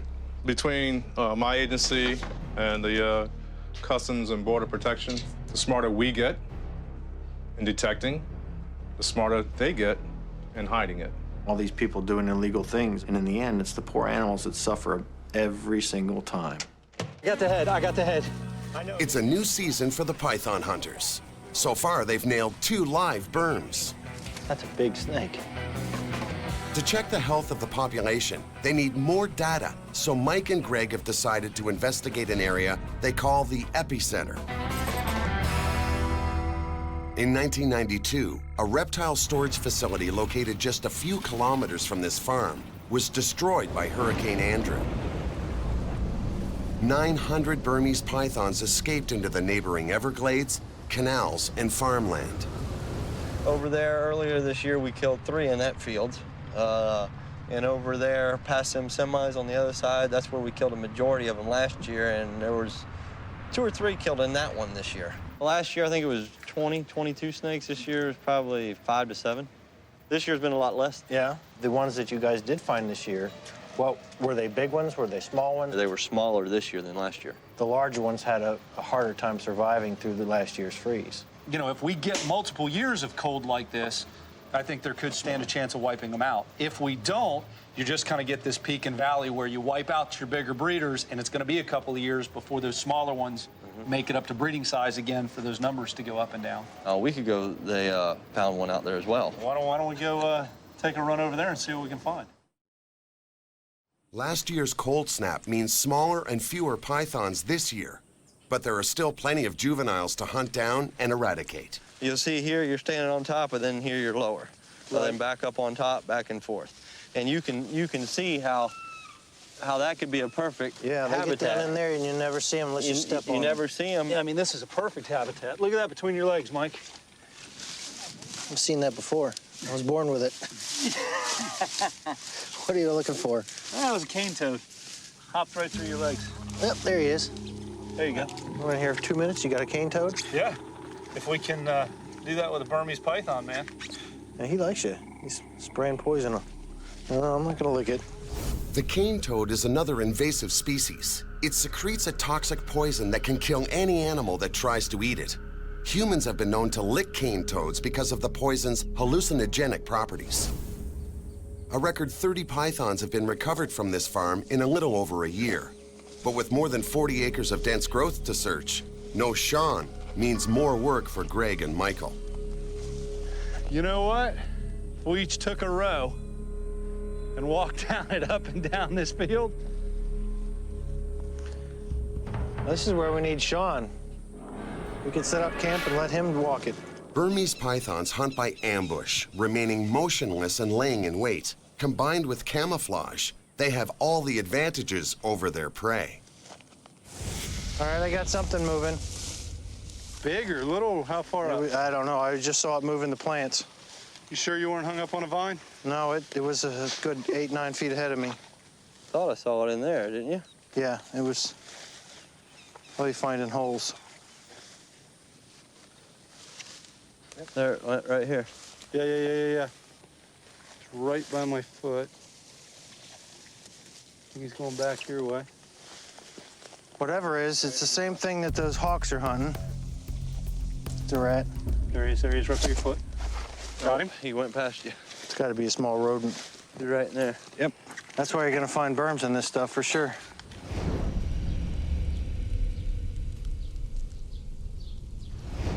Sean's not with them because he has a high priority issue, even higher than python hunting. It's a green iguana called Godzilla. This guy was a rescue. He's a drop-off.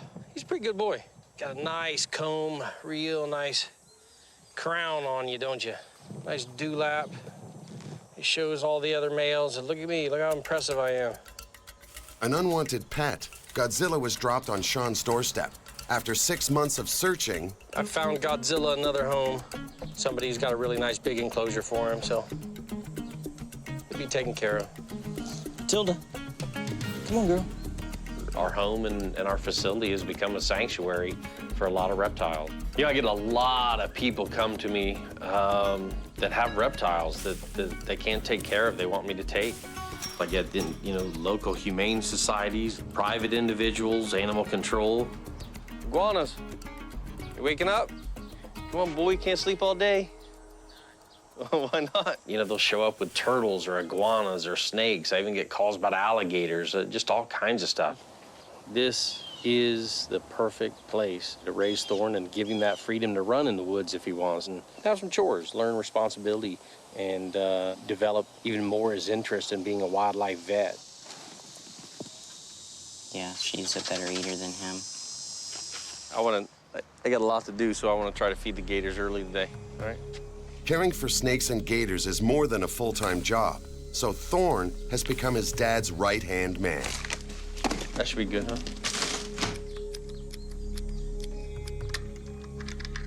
She's right about there. Houdini. She's just cruising along. Here. I can barely see her eye. Come here. Over here. Over here. You're off target. Houdini.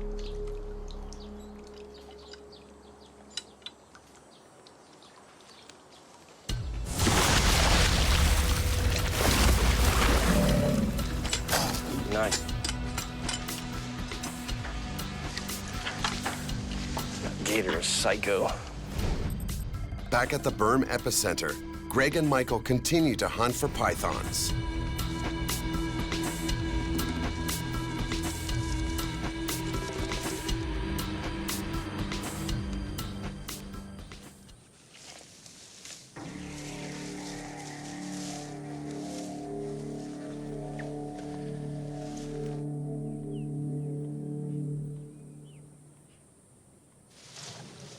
Whoa. Whoa, what we got? Yeah, we got a dead Burmese python here. And his head is totally mangled. Must be one that got hit by your plow. Probably a shotgun, I would guess. Yep. Is that the weapon of choice to dispatch a python out here? But the head looks totally, that looks shot. Look at that skull. Yeah, somebody blew that apart.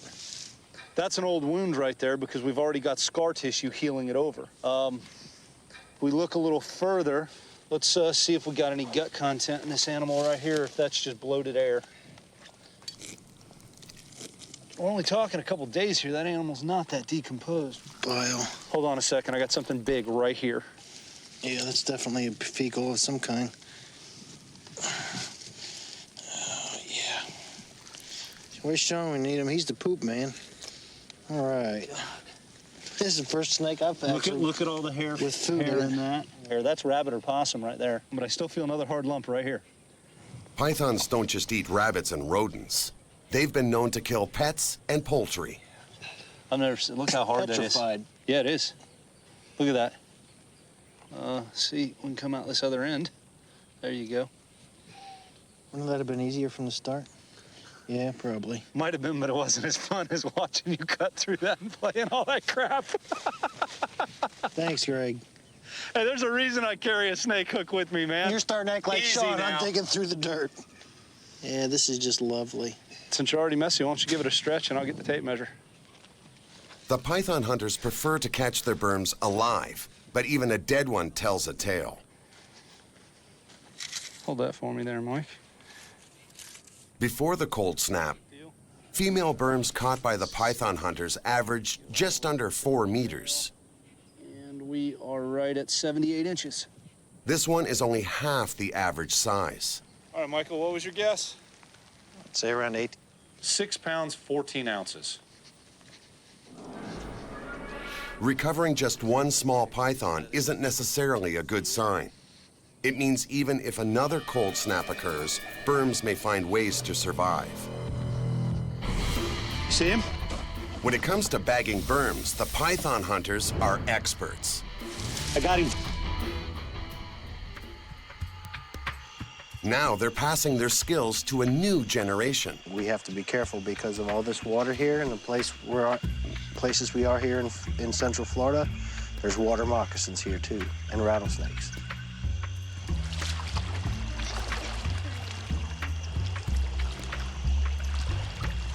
Some of the snakes that we're going to see out here could be venomous. So if you come across a snake that you don't recognize, then you have to not touch it until we identify it. Okay. Okay? You just look at it and you yell snake. Keep your eyes peeled. What's this right here?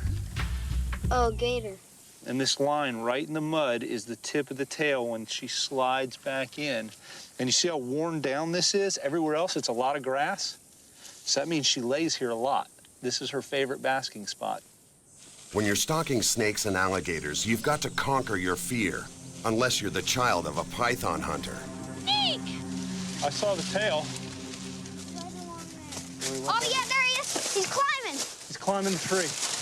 Anybody got him? Ow. Ah, Get hung up? no wasp. You got into a wasp? Let me Look see. at, they're all flying. All right, be careful, guys. We've stirred up a wasp nest. Where'd you get hit? All right, here on the nail. On the nail? Let me see it. Oh. They're worse than a snake bite, aren't they? You gonna be able to tough it out, or you gotta go home? You good? Yeah, if there's a wasp nest in there, a black racer's not worth it. We'll find another one. Lane is no stranger to extreme encounters. By the age of 8, he had already tangled with a burm, captured on video by his mom. Really quick on his head. Here you go. Here. Really quick. Here. Now.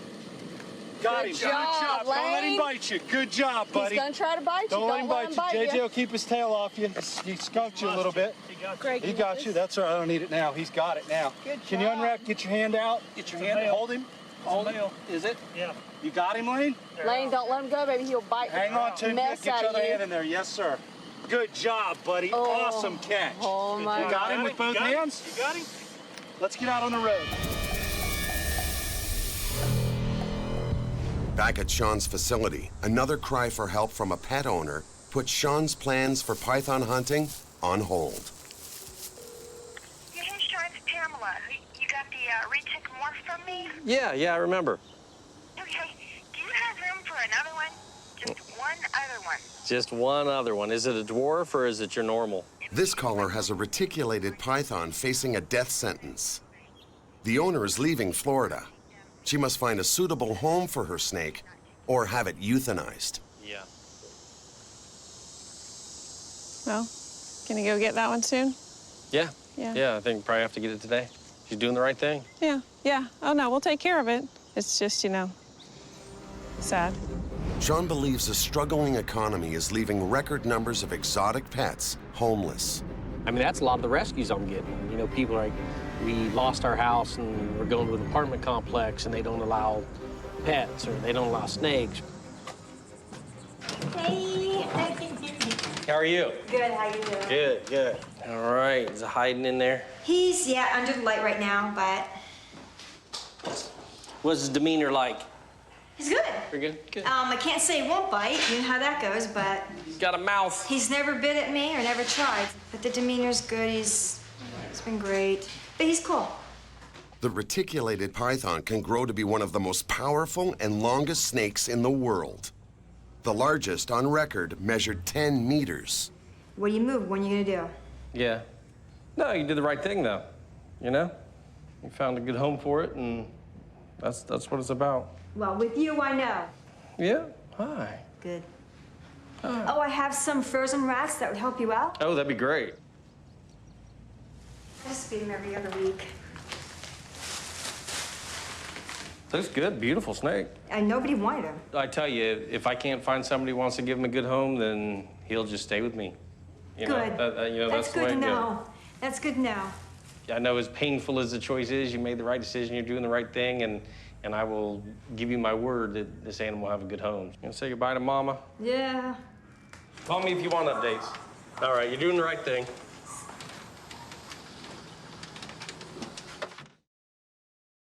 She had all the permits she was supposed to have. She had a tag, the caging was appropriate and up to standard. That was the big thing, trying to reassure that, look, you know, it'll go to a good home, you're doing the right thing, and, you know, you should be applauded for it.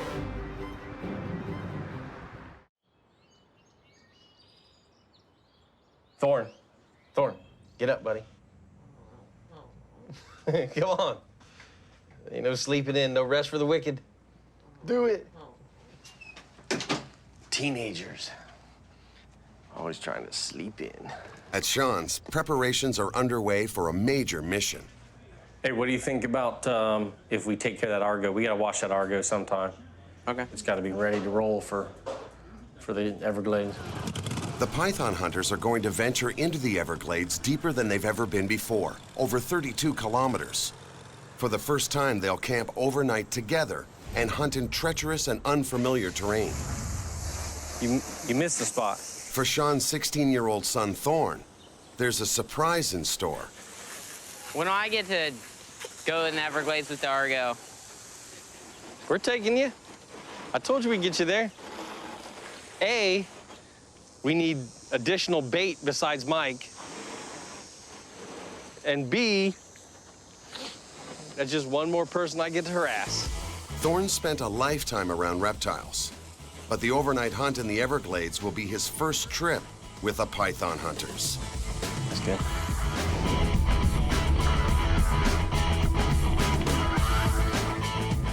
The big day for berm hunting has arrived, but Sean hasn't. Did you talk to him about meeting here or time and everything? Because yeah, we were supposed to actually. Did you contact him about the switch of the meeting place? Or I sent an email to everyone. 75. Jeez. Got it. Yeah, we're sitting around here burning daylight. You know, we need to get out and catch some pythons, and we're waiting on him. Let me see here. Hey, speak of the devil. Oh, good. I'm here, aren't I? Looks that way. My whole line of thinking is, party don't start until I get here, so you know. You almost missed the party boat. Hey, typically we wouldn't do this, but hey, can we help you get some stuff on this boat so we can get moving? Hey, we travel light, buddy. We are efficient. Good deal. Who's we? Huh? Oh, you brought Who's him we? with you. I brought the man cub. What's up, man? Oh. How you doing? Good to see you. The team also includes Glades expert Captain Sean to guide them through the maze of sawgrass and waterways. Yeah, I don't have to drag the boat around this time. Well, you know, unless something happens to that engine. I see you boys have gained some weight since the last time we were together. That's right. A little too much.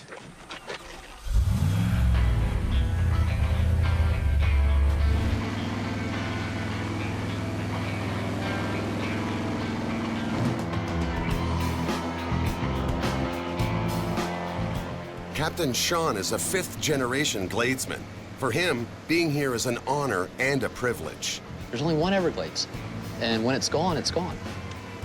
My kids that grow up out here, me that grew up out here, I get it. The Everglades is an enormous 5,000 square kilometer reservoir of marsh and canals. The python hunters are heading 40 kilometers into it, to a new place they've never gone before. For Sean's son Thorne, there's a different reason to be excited about this trip. This is my first camping trip with the 3 python hunters. I've camped with my dad before as a kid and my family. We got on canoe trips and stuff like that, but never really gone camping in the Everglades before, so it's a new experience. Berms are strong swimmers. If the python hunters find any survivors this deep in the glades, it could mean the presence of a healthy, breeding population. And that means trouble.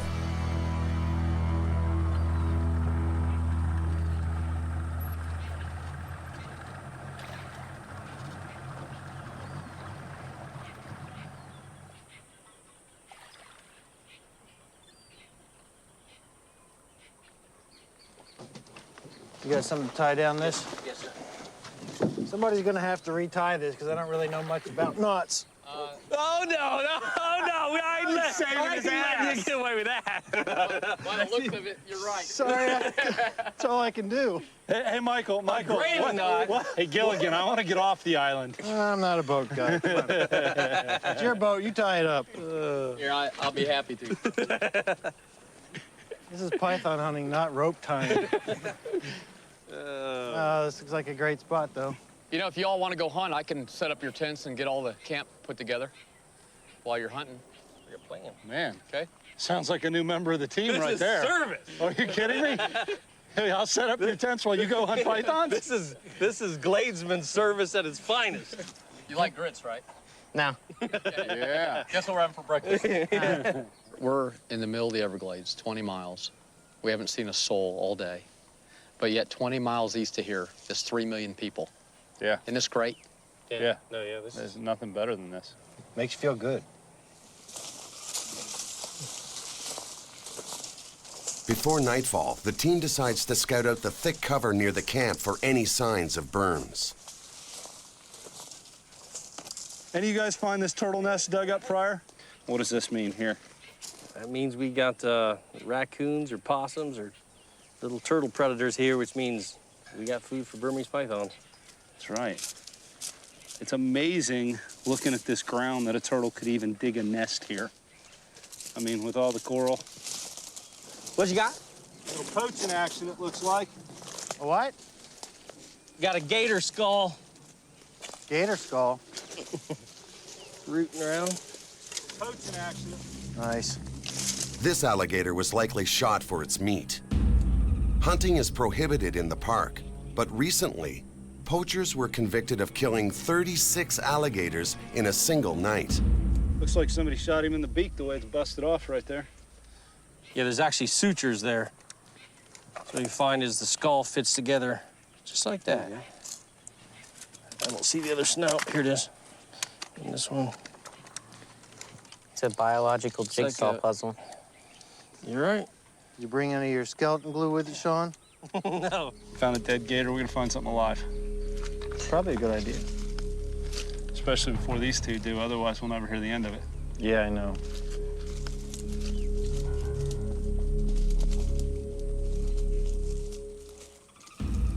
Well, I just hope Thorn's not like his father. I mean, he's always trying to get in on the head on every single catch, so I hope we don't have to knock the poor kid down when we find a snake. As sundown approaches, Thorn grows impatient.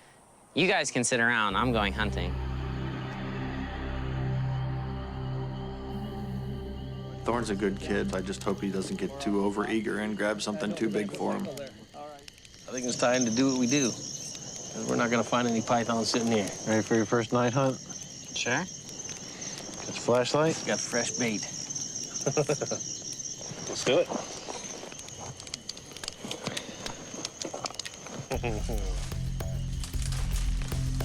Hunting at night puts everyone at greater risk. They won't be the only predators on the prowl. I'd laugh if there's like a python coiled up there. See anything, Sean? No. There's something spooked into the water, but... Frog, maybe? Frog or small gator. Alligators and Burmese pythons share a lot of the same taste for prey. So where there are gators, there are likely burns. A lot of little game trails through here. This is a perfect little haven. Thorn, Yeah, where you at? I'm over here by the water. Anything? Not yet.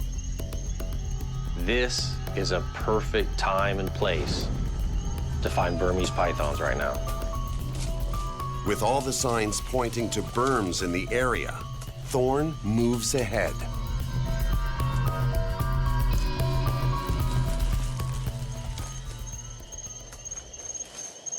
Hey, I got one over here. A Burmese. Are you serious? Yeah, he tried to get in the water. Oh my crap. Huh? Sitting right there on the edge. Oh, he crapped all over you, dude. Yeah. Look at this. You kidding me? No, you're just chilling. Yeah, let his Nice. head go and see how chilling he is. Where was he? He was just chilling right here. He must have decided he didn't want to go back somewhere for the night. Heck yeah. Good snag, man. Good job. Congratulations, Thorn. Well, thank you. That's awesome. We just got stumped by a newbie. Is that your first berm, Thorn? Yeah. I don't care how we get them or who gets them. As long as somebody gets them, that's great. Tail walk it, boy. Do the snag. Oh! No! Ooh, got a finger. Yeah. See, he had it good the first time. Burmese pythons have a series of needle-like teeth that face inward.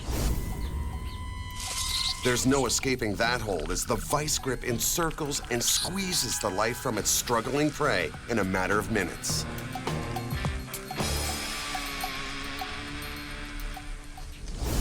Lucky for Thorn, they're not venomous. Caught him with my hand. Oh, no, that's now you're a python hunter. You all right? Yeah. Thorn, let me tell you something. Don't listen to your dad. There we go. That's the badge of the python hunter. There you go. I got to tell you, as proud as I am of my son, I know that I'm not going to hear the end of this one for a long time to go. Hang on. Switch. Look at this. He always ends up with the damn head. Yeah. Always. He even takes it from his son. Come on, stretch him out. Stretch him out. We got a total length. Like really good right there. Total length? 65 inches. Got it. Tail first. You know how it's done. 1, 2, 3. Woo! Look at that hand. 3 pounds, 15 ounces. At 1.8 kilos, this berm may be another lightweight, but it's managed to thrive deep in the Everglades. Good catch. Can we add a little who caught it down at the bottom? But that'll go in the notes. Oh. That'll go in the notes.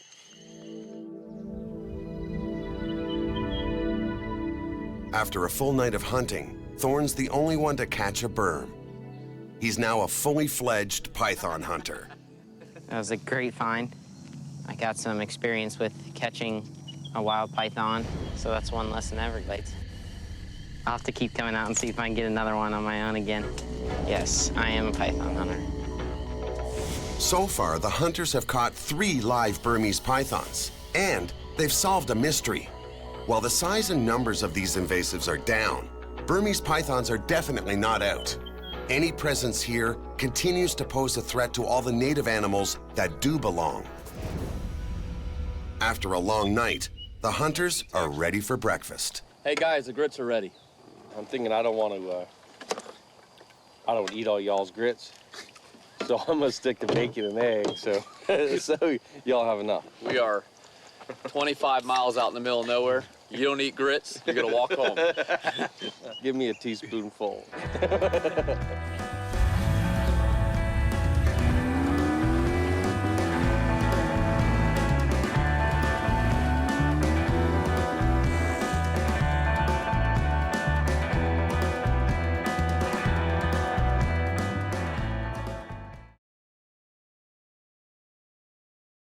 You got the record for the tiniest sperm. Hey, it's a record. I'll take any record I can get. The python hunters get out of the Everglades and take to the streets. There's one right there. And canals. I think someone really wanted to let him go. To hunt Florida's other untamable. No, these iguanas are kicking our butts, guys. And unwanted invasive reptiles. Non-monitor right on the bank. They tear meat, they rip it, they crush snails. Hurry to the boat! Ow! Son bit me. Invasive reptiles threaten Florida's wetlands. Iguanas, Nile monitors, and the most notorious of all, the giant Burmese python. Snake, there's a berm right there. You got him? Oh, yeah. Now 3 men join forces to defend the Everglades. Biologist Sean Heflick. He's been chasing, breeding, and collecting reptiles his entire life. I've never been afraid of snakes.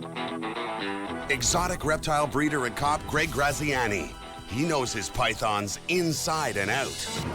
I got my first Burmese python when I was 12 years old.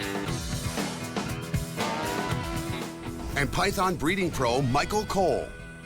He sold his designer color mutations for as much as $25,000. I've learned about reptiles the hard way. It was a passion. They are the Python Hunters. Right down there is where I caught the hatchlings, right? Somebody else caught some babies on this road too, wasn't it? The hunters are taking a break from the swamps to catch pythons in a nearby forest. So if there's been babies caught right here 2 years in a row, that means there's a mother that's sticking around here. I need to get out there and start looking for her. Game on! They soon discover the perfect breeding conditions for a mother berm. It's high and dry here. Yeah, it is. This is a good ridge.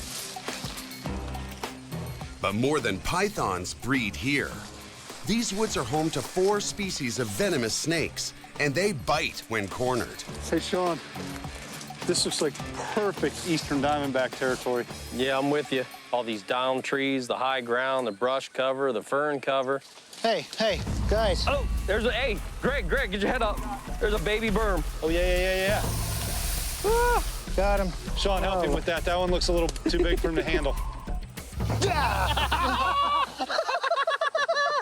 Gotta give you credit, Michael.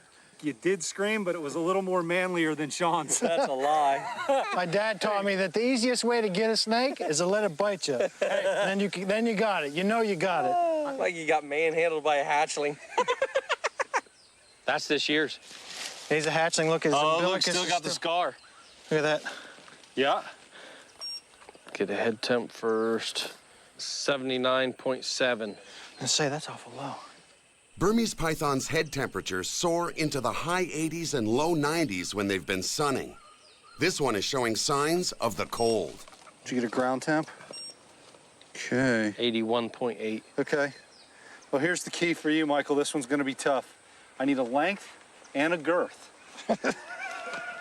And let us not forget a sex. I don't mind sex on this one. Oh, it's a male. It's a male. Definitely. Oh, yeah. It's a male. And I did that without getting spooged. First time for everything, Mikey. Hey, little guy, hold still.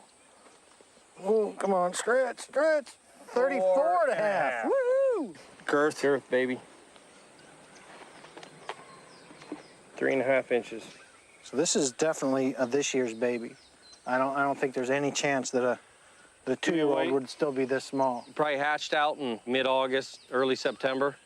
So he's only a couple months old. What's the weight on that? 8 ounces. Is that what we got? I think you got the record for the tiniest sperm. Hey, it's a record. I'll take any record I can get.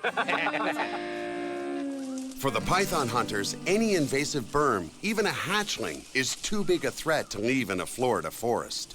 We say we get something to eat, and sunsets would be a good time to check this road out. Come on, baby snake master. Hoo-ah, one more gone.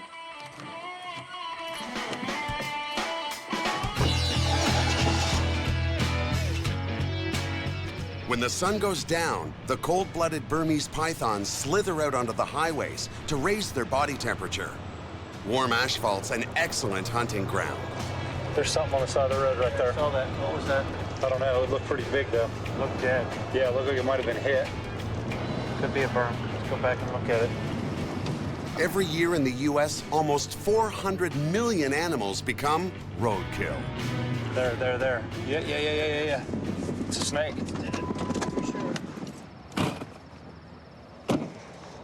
Oh, it's a berm. It looks like the road crew marked it to notify somebody from FWC the location of it, make it easy to find. You think this was run over by a car on purpose or just inadvertent? It could have been just crossing the road and hit. We know people see them, they swerve to hit them, they think they're doing a good job. Unfortunately, sometimes at 60 miles an hour, they can't tell a berm from a native snake. Is there any way to tell male or female on that tail? Is there enough of it left? To look. I mean, the only way would probably is if the spurs were. Got anything? No. Okay, we'll leave that one as unknown.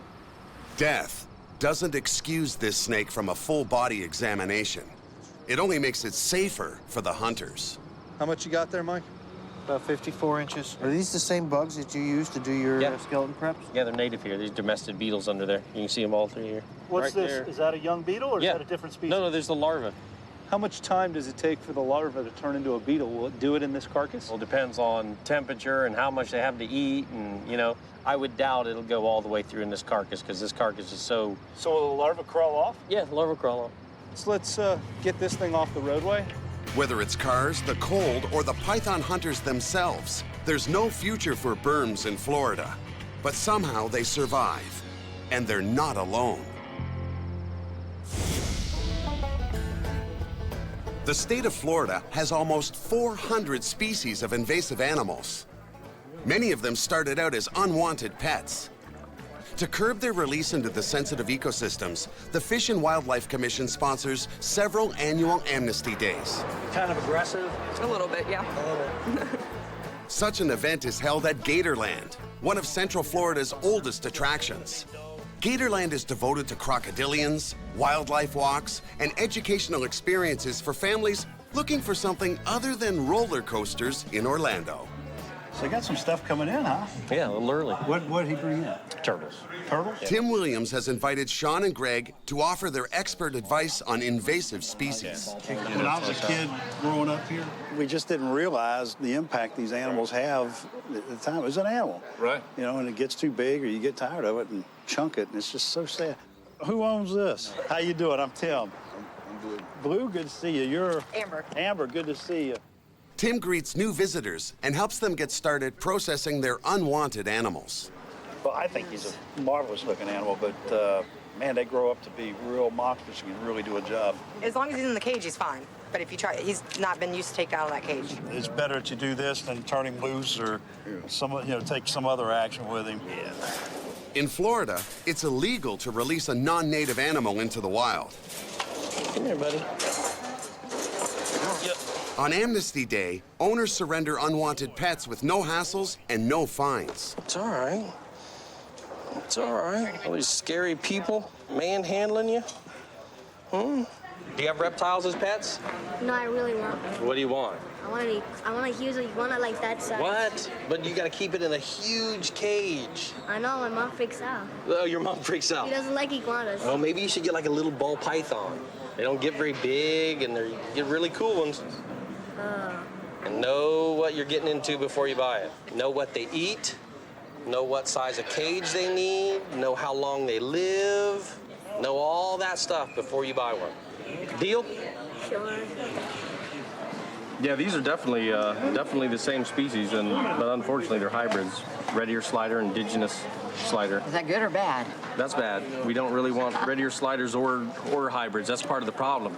They get into these waterways here and they can hybridize with indigenous animals, and that's not good. I didn't want to let them loose, yeah, because I don't want them to get eaten by raccoons or anything like that. I really care about them. You made the right decision.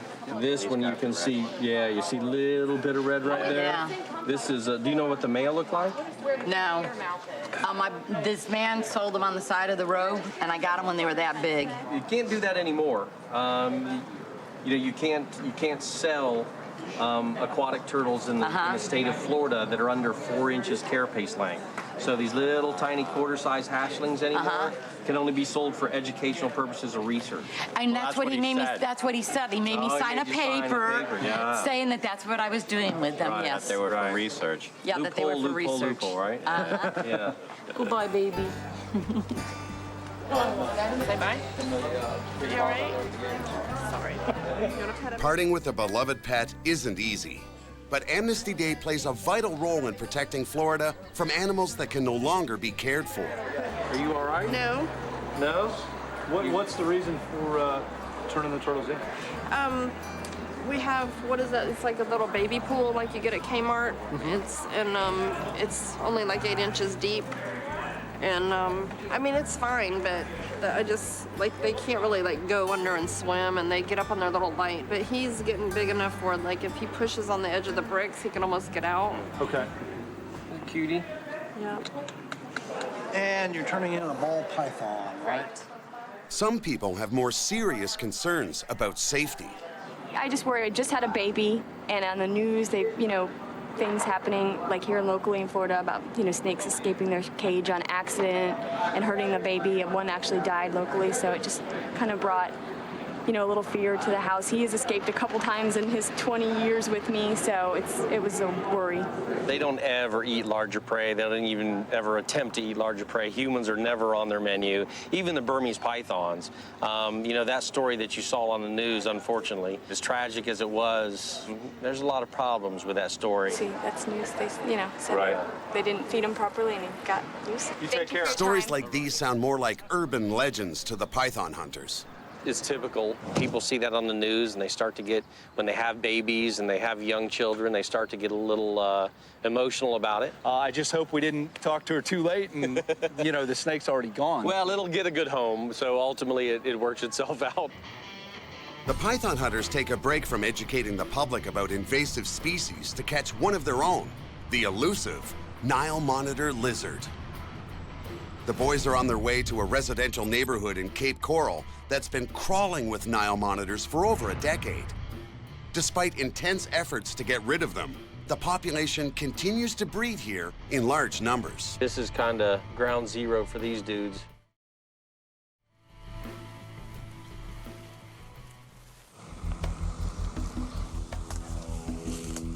This is where you've been seeing them in this grass? Where we've been seeing them, and all the way around this area, it's kind of Swiss cheese burrows. Bob Mongok works for the city, setting traps in residential areas full of Niles. That is a tangled mess in there. Yes, it is.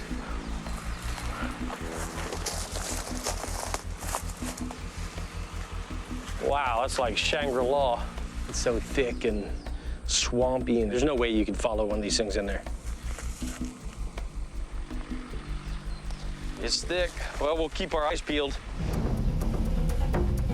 The Nile monitor is Africa's largest lizard and can grow over 2 meters long. An excellent swimmer, the Nile hunts fish, frogs, snakes, and even crocodile eggs, making it an enormous threat to Florida's native animals. One local resident has gone way beyond trapping the nuisance. How are you? I'm Sean. Hi, Sean. You're the lizard dissector? I dissect the lizards. I've dissected probably 5. What have you found in their guts? Their diets are actually really marine. I found crabs, a bunch of snails, and one belly I found like 50 snail like shells. Apple snails, big apple snails? Yeah, about this big. Yeah. And then the funniest thing, the last one I dissected, There was a whole baby turtle, intact, not even digested. It was like a little yellow belly slider about this big. It had just eaten it before we captured it. It was just a whole baby turtle. I was amazed. Do you have any knowledge of maybe who or where the original Niles that are in this area got released, or how they got released? I think someone really wanted to let them go and really wanted them to live here, because that's why there's so many. The python hunters look in on one of Bob's Nile monitor traps. How long's this trap been out? Well, we just put it out this morning. Is this a typical spot where you've been catching them? Well, sure. This is southwest Cape Coral, and that's where we primarily catch them all. This does look like a great area. You've got a lot of thick brush around the canal in this corner here. You've got a complete vacant lot across the street. There's lots of places for them to go here and there and stay under cover, so it makes sense for them to be in a place like this. Let's skate on down this shoreline here and see if we see anything. Check this big snail shell out. That is a huge, there's a couple of them right here. Those are huge. Those monitors wouldn't be sucking something that big down, but all of the babies and that, they would just be eating them like candy. Is that an invasive species, or is that Yeah, those are non-native. Ours don't get that big. Oh, well, look, right here, look at this. Here's a mass of natives, which is the white, the bigger ones on the left, and then it's the non-natives right here, the pinkish ones. The snail eggs are a clear example of how non-natives are competing with and threatening local species. Using the same exact habitat and niche. Oh, look at this, look at this. If you can see out there, see all the young snails on those roots? And they're all over. Just under the water's surface, it is just covered in snails. They said they found in the belly of those. Tons of them. She said close to 100 or whatever. Yeah. I believe it. Look at this. This is just like a buffet. There. Yeah. This thing looks like it just wants a kiss. Sean, you gonna eat that or what? Let's let him go back down here. Lots of good food for Nile monitors here, that's for sure. So you've seen this guy? Yeah, several times. Yeah? My son saw him, as a matter of fact, yesterday night when he was walking the dog. You saw it right here? Right here, yes. He walks around the neighborhood, goes over the street. My son saw him yesterday night. Wow. He walks over my seawall. I live like 3 houses down the road. What happens if somebody tries to approach him and you get close to him? I tried that once. If you come close enough, it stops a little bit. It comes a little closer, it runs, it jumps in the canal. You afraid of these things? You think they're a safety issue? I got respect. That's what I hear of them. If they bite, it's getting nasty, you know. It's a wild animal, but afraid, I would say no. You said you have them around your seawall, and there's a burrow or something over at your place. Could we go take a look at that? You can have a look at it, of course. Jeez, look at these shells. Holy cow. This Nile is using a dock as a perfect cover for its burrow. He's got a nice spot to eat. That looks like a couple of burrows, and I can see one from this angle. Yeah, there's a bunch of them here. But there's so much food here and cover that they're just in heaven. Ugh, I've never seen a snail population like this. Niles are extremely aggressive and have voracious appetites. They'll eat almost anything, even small domestic animals like cats. I smell something dead. Turtle. Yep, soft shell. Hey, Sean. Dead turtle for you. Stinky. Would a monitor get a hold of, I doubt it. Doesn't have any scrapes on it. There's no bite marks, no nothing on the thing. Guys, something big right here. Just went in? Yeah. I heard it. It was not turtle-like. It was gator or lizard-like going in. You could hear the swish. Man, that is one elusive little creature. Niles are much harder to catch than berms. They can run up to 25 kilometers per hour and have been known to stay underwater for up to 60 minutes. They usually come back up. They usually don't sit if they're unmolested. Yeah, there's enough foliage, though, that he could have squeezed up, just have his nose up in that over there and not see him. All right, well, let's head on, continue that direction, and see if we find another one.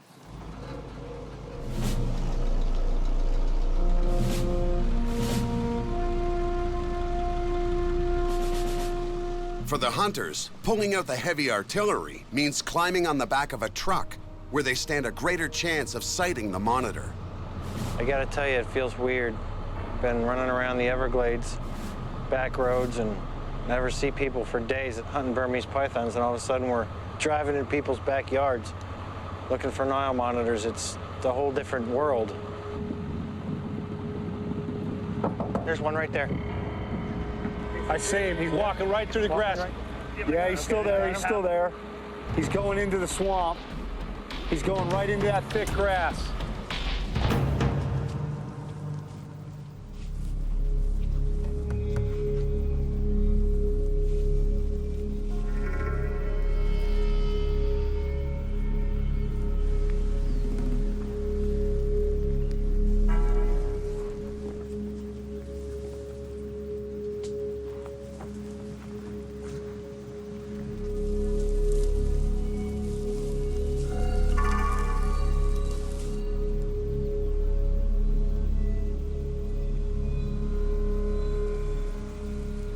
I think he headed deep in. I'm standing in an area where he's got his nose down. I think he ditched. I think he went in. Come here, look at this. It's all matted down? It's all matted down right here just behind the grass. So nobody can see him. He's got a trail coming in this way and a trail going out right through there. You can sun right here all you want. I think I heard him off to the left when I was standing there. When you guys came up on him, was he moving because of the vehicles, or was he just on He was just moving. He was just back and forth, kind of meandering like they do, you know, side to side. Once they head into this, there's no way to track them through this stuff. You poke an eye out and lose a testicle or something. You talk them into do a controlled burn. They're not going to do a controlled burn. Not at these houses. Have you looked at the neighborhood? Yeah, that's not going to happen. Have you looked at this castle over here? I'm not thinking they want a controlled burn. What worries me, though, is your truck is so loud. Damn. And he's half blind. Oh, we still love you, Mike. Well, Mikey, don't go away mad. Just go away. The Nile hunt ends empty-handed. The python hunters may have to rethink their strategy. Well, I don't think from today's experiences so far, we're just going to jump out and go chase them down and grab them. We're going to have to figure out a better game plan for that. While Michael and Greg carry on hunting Nile monitors. That was kind of like 4 and a dud. Oh, man, you got the good rocks, though. Sean's at home teaching Thorne and a friend about a newly rescued native. Hey, Tom Sawyer and Huck Finn, come here. Check this out. Guys, pick this up. I got a call. Said, come and get it, or we're gonna kill it. You may want to step back.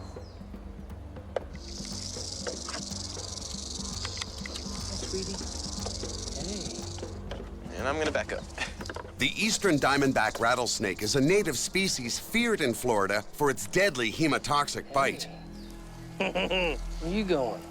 Hemotoxins attack the arteries and veins. They destroy red blood cells and damage organs and tissue.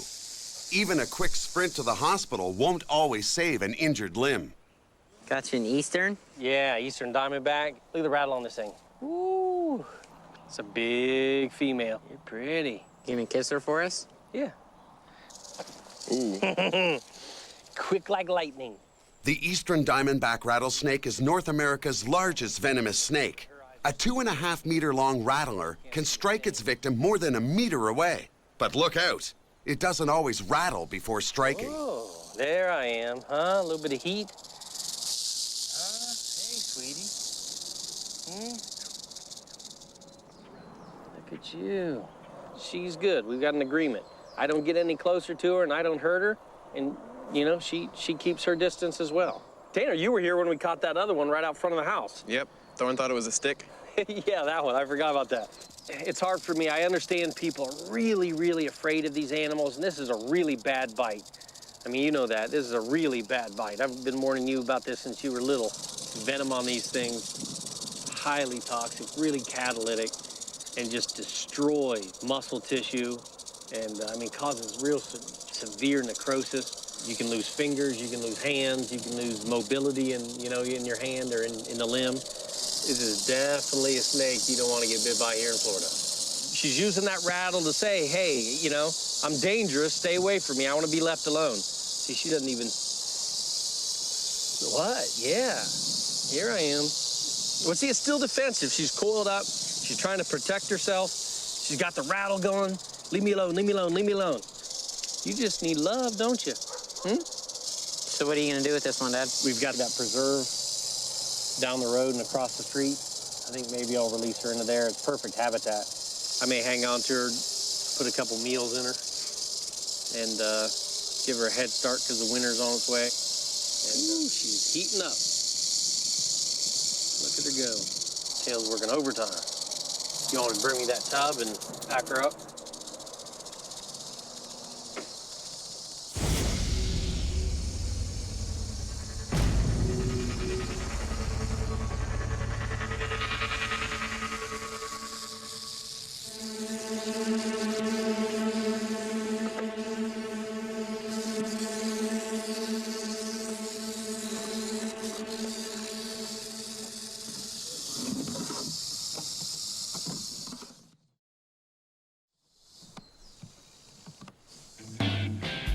While Sean prepares a juicy rat for his new lodger, Greg and Michael continue their quest to capture a Nile monitor lizard. After a washout in Cape Coral, they hatch a new plan and head east to another canal in crisis. What's up, Nick? Hey, Michael, how you doing? Pretty good. Man, you're all Local right. breeder and collector Nick Mole captures invasive species in Florida's canals. Do you have any ideas of how they got here? Local pet store that also did some importing may have unintentionally had them released, and they started to populate the canal, which is right behind their facility. Unintentional releases are often attributed to hurricanes. Some people prefer to set reptiles free rather than leave them caged to face winds of 280 kilometers per hour. People often dismiss the little babies as an unassuming threat. A lot of times they'll get out and dismiss it, but the fact of the matter is they go from a lizard that comes in as this size and goes to 6-7 feet in length and is capable of wreaking havoc. Well, why don't we take a run out in your boat and survey the area? My wife calls this the yacht. The yacht? Oh yeah, this is the yacht. The yacht takes the hunters onto a canal tracing the highway toward Palm Beach International Airport. But it may as well be in the middle of a South American jungle. Hey, there's a big male iguana right there. He's orange, look at him. Iguanas are no Nile monitors. You see him, Nick? Let's come in. But they are another one of Florida's invasive species that competes for space with native animals and damages infrastructure. There he goes, there he's going. Let's see where he's going. He's going higher. All right, he's right above it. Get up there, Michael, get up there. Michael, get up there, Michael. Come on, Michael. Michael, get up there and get an eye on him. Iguanas will jump 6 meters or more out of trees to avoid being captured. We go into these palms. We probably went, oh, there he goes. Oh, he's in the boat. We had nobody in the boat. I almost had him. He jumped right in the boat. Get in the boat, guys. Son, he was right here. God. That was a monster male. Yeah, it was a monster. Iguanas are capable of producing clutches of 60, 70 eggs in a shot and 2 or 3 times in a season. So it's not going to take long with just a few breeders for them to totally repopulate this canal. Oh, big guy right here. I see him. Male sitting on the grass right there. See him? People have been releasing iguanas into canals for over 40 years. Now their descendants are out of control. Just lift your head up when you want me to come.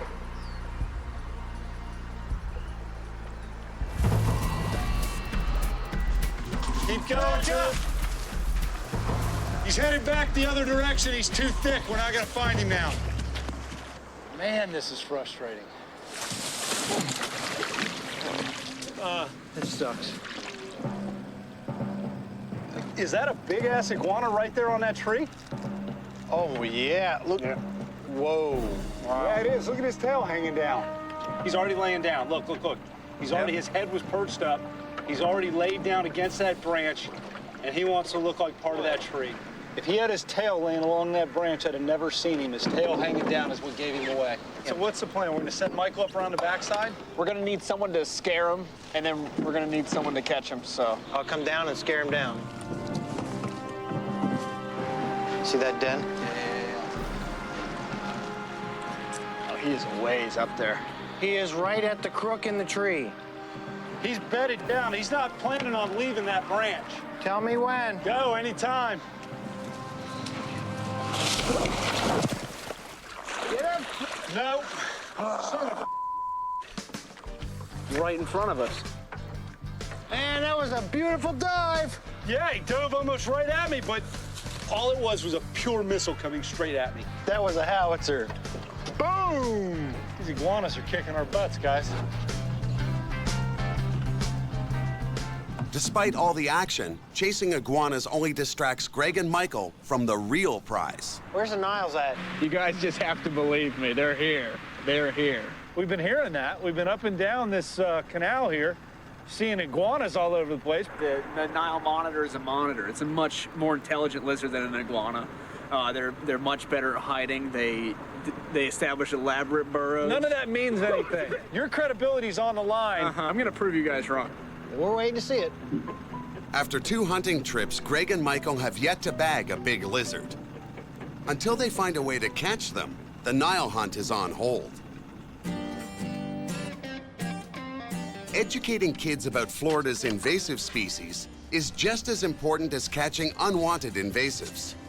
For Greg, that means packing up his critters for a presentation at Lane's school. Everybody should be nice and calm.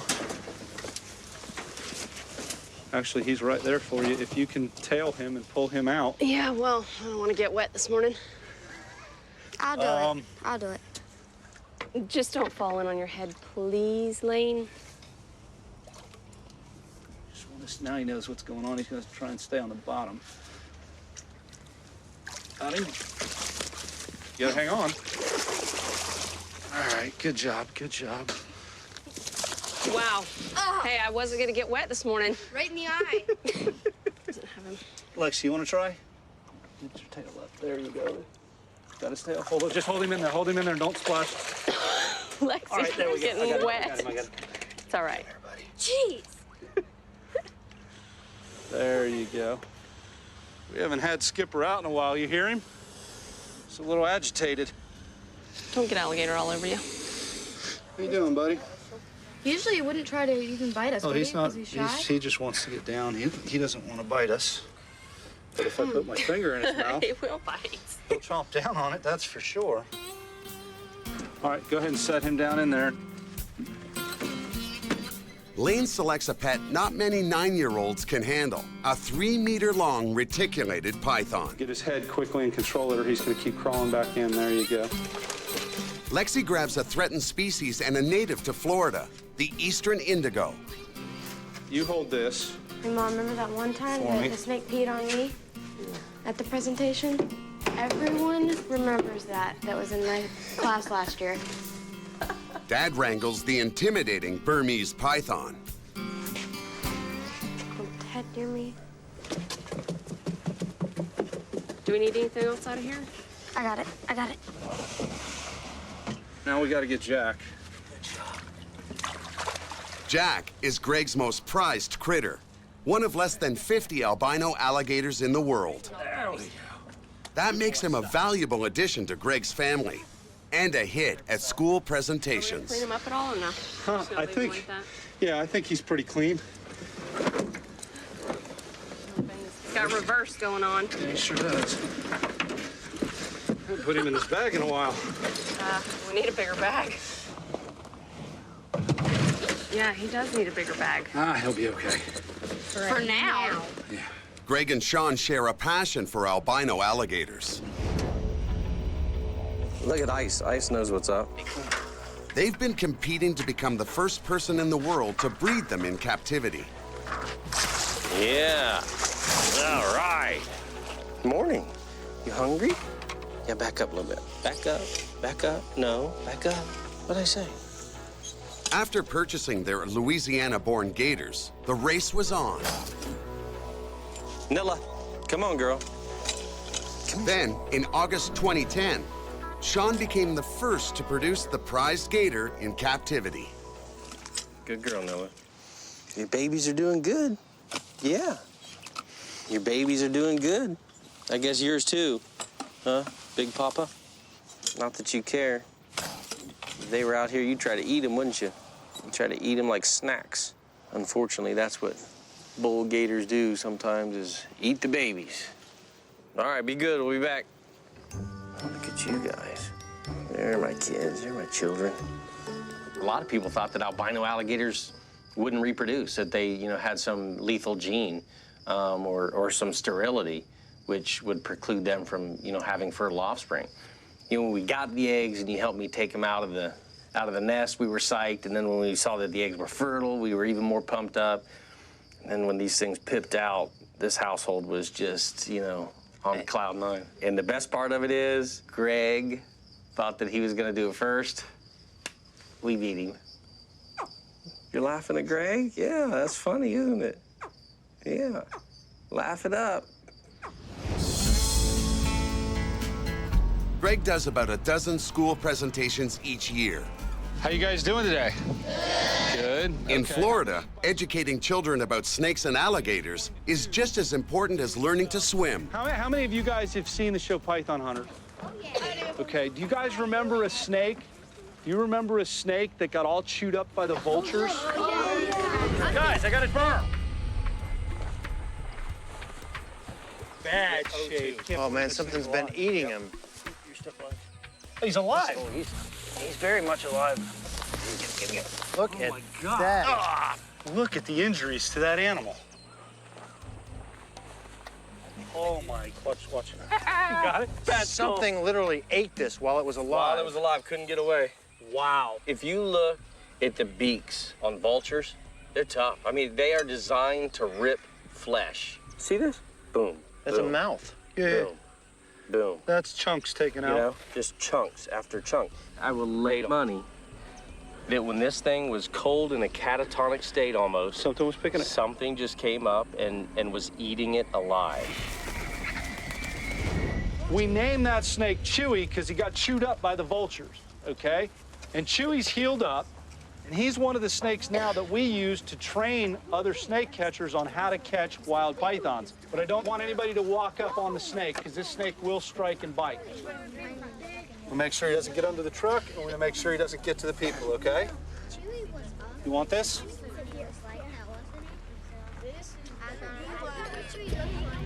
Chewy's gonna try and bite, then he's gonna get upset. Although this Burmese python has been in captivity for a while, it's still dangerous.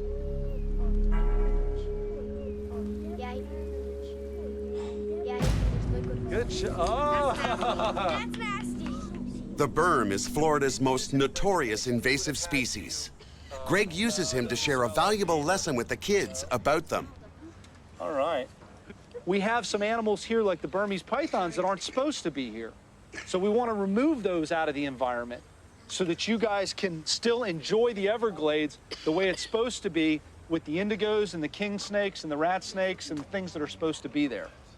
One of the things that we like to teach people is how big the animals get, because when people see them in the pet store like this and they're really small, they don't realize that they're going to get big enough to eat large rats and rabbits. And then they don't know what to do with the animals. So if you're ever looking for a pet, especially a reptile or something that's not mainstream, you guys want to do research on the animal and find out what it eats and how big it's going to get. Reticulated pythons grow between 7.5 and 10.5 meters long, so they aren't easy pets to feed or house. How big around can they get? That snake can get big enough around to eat a small deer, sometimes even bigger. There are big, beautiful native snakes in Florida as well. This is the largest native Floridian snake that we have, is the eastern indigo. He's going through a shed right now, and that's something that a lot of people don't ever get to see them actually shed, but it just slides right off. Right where it has slid off, the snake is actually sterile at that point. So right now, this snake is as clean as it could possibly be. Here's something really interesting too I'm going to show you. They actually have a scale over their eye. And when I peel this back, it's going to be like a contact lens that comes right off their eye.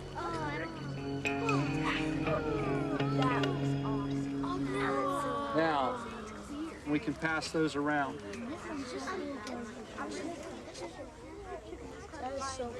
I'm going to bring out this next one.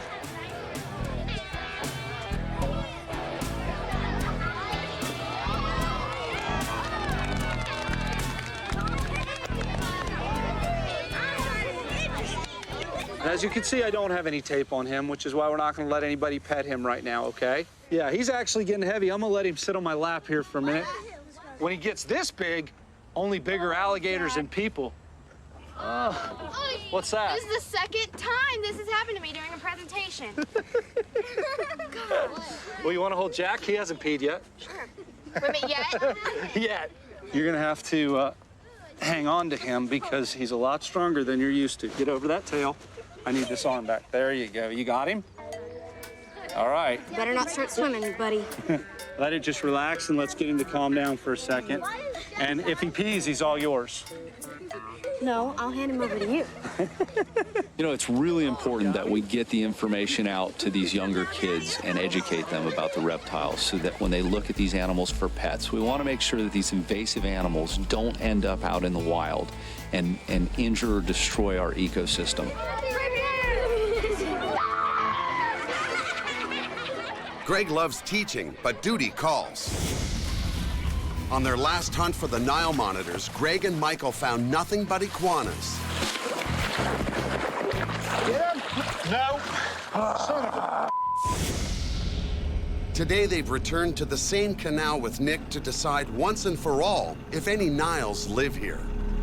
They tear meat, they rip it, they crush snails. You know, they definitely have a much more powerful bite than any snake. As painful as a burn bite is, it doesn't have that pressure, and it doesn't have that just slash cut that these Nile monitor's teeth do. 2 years ago, Michael almost lost his finger when it was viciously shredded by a monitor bite.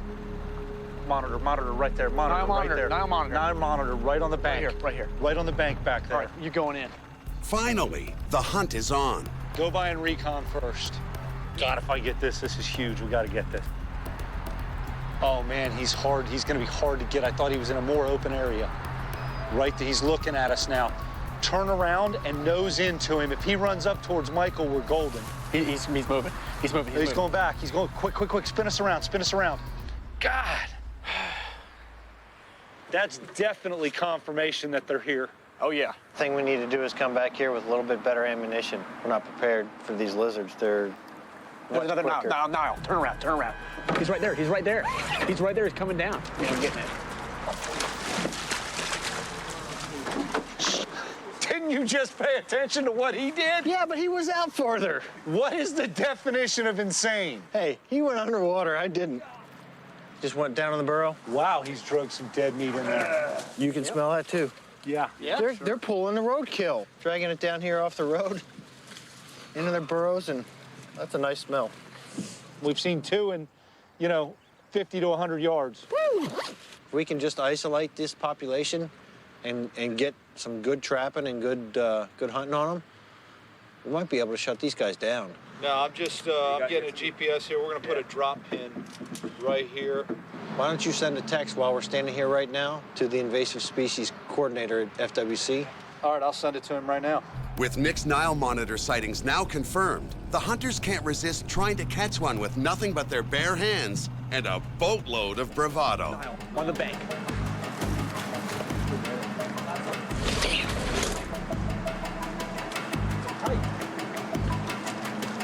You got his tail? You got his tail? Yeah.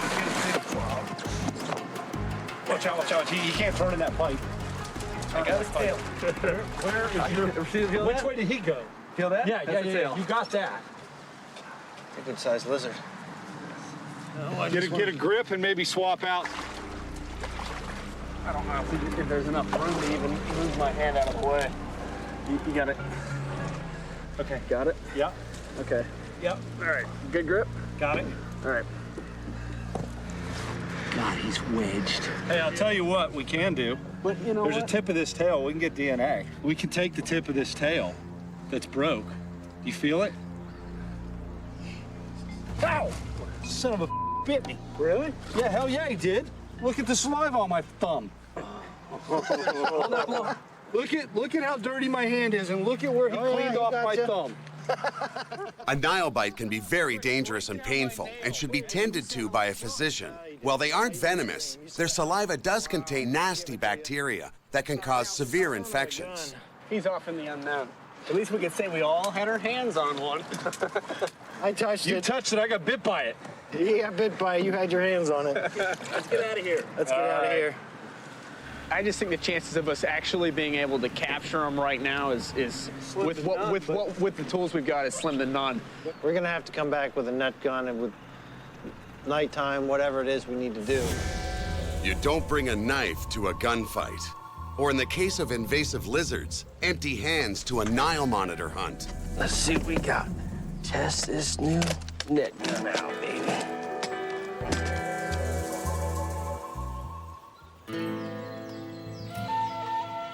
Net guns capture wildlife without causing death or injury.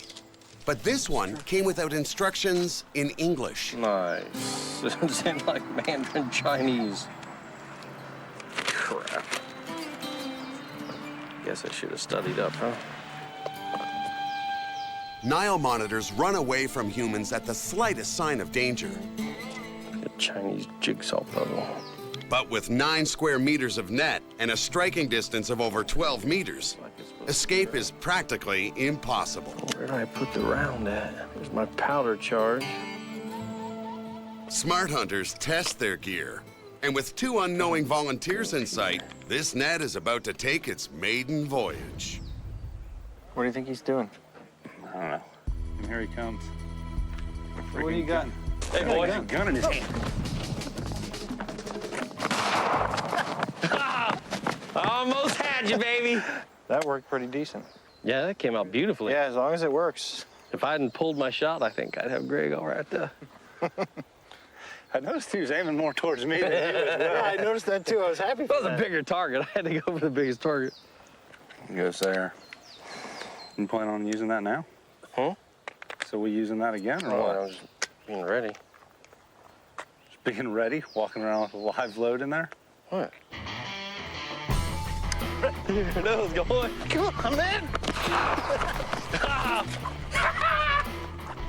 I caught one, Mikey. Can you get out of that? Yeah, I'm sure I can get out of it. Now we know it works. He's got his head through a hole. This ought to work real nice on those Nile monitors, boys. Oh, yeah. Now fully armed, they've returned to Nick's infested canal to catch their first Nile. Yes. This, the net gun extraordinaire, Nile monitor assassin pistol. And if Greg gets too out of line, I'll just net gun his ass. It's gotta go this way, obviously. With the net gun packed, Sean takes the lead and the catch position in his boat. Well, from what we've been seeing, just like over in Cape Coral, look at that tree right there. It is just plumb full of those exotic apple snails, and we're seeing them all over the banks. And, you know, they were finding hundreds of those in the stomachs of those Niles they necropsied. So you can pretty much bet that here, that's probably primarily what they're eating as well. Well, this is their perfect habitat. There's holes there, holes there, holes there. Great places for them to crawl into and den.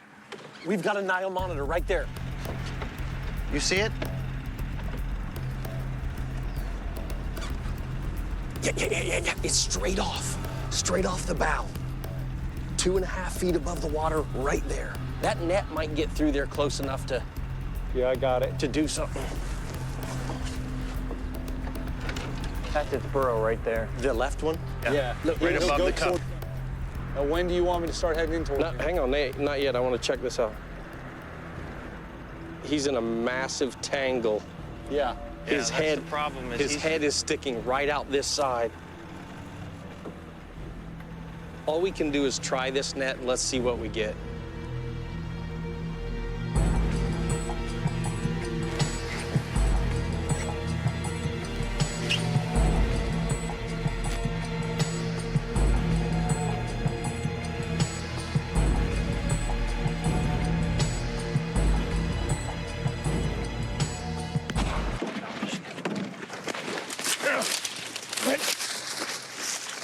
Got her? I got her. Don't get on me, don't get on me. Can't get away with you that close, Michael. I'm back. Hold on. No, go this way, go this way. Go this way. She's on there. Get her. Woohoo!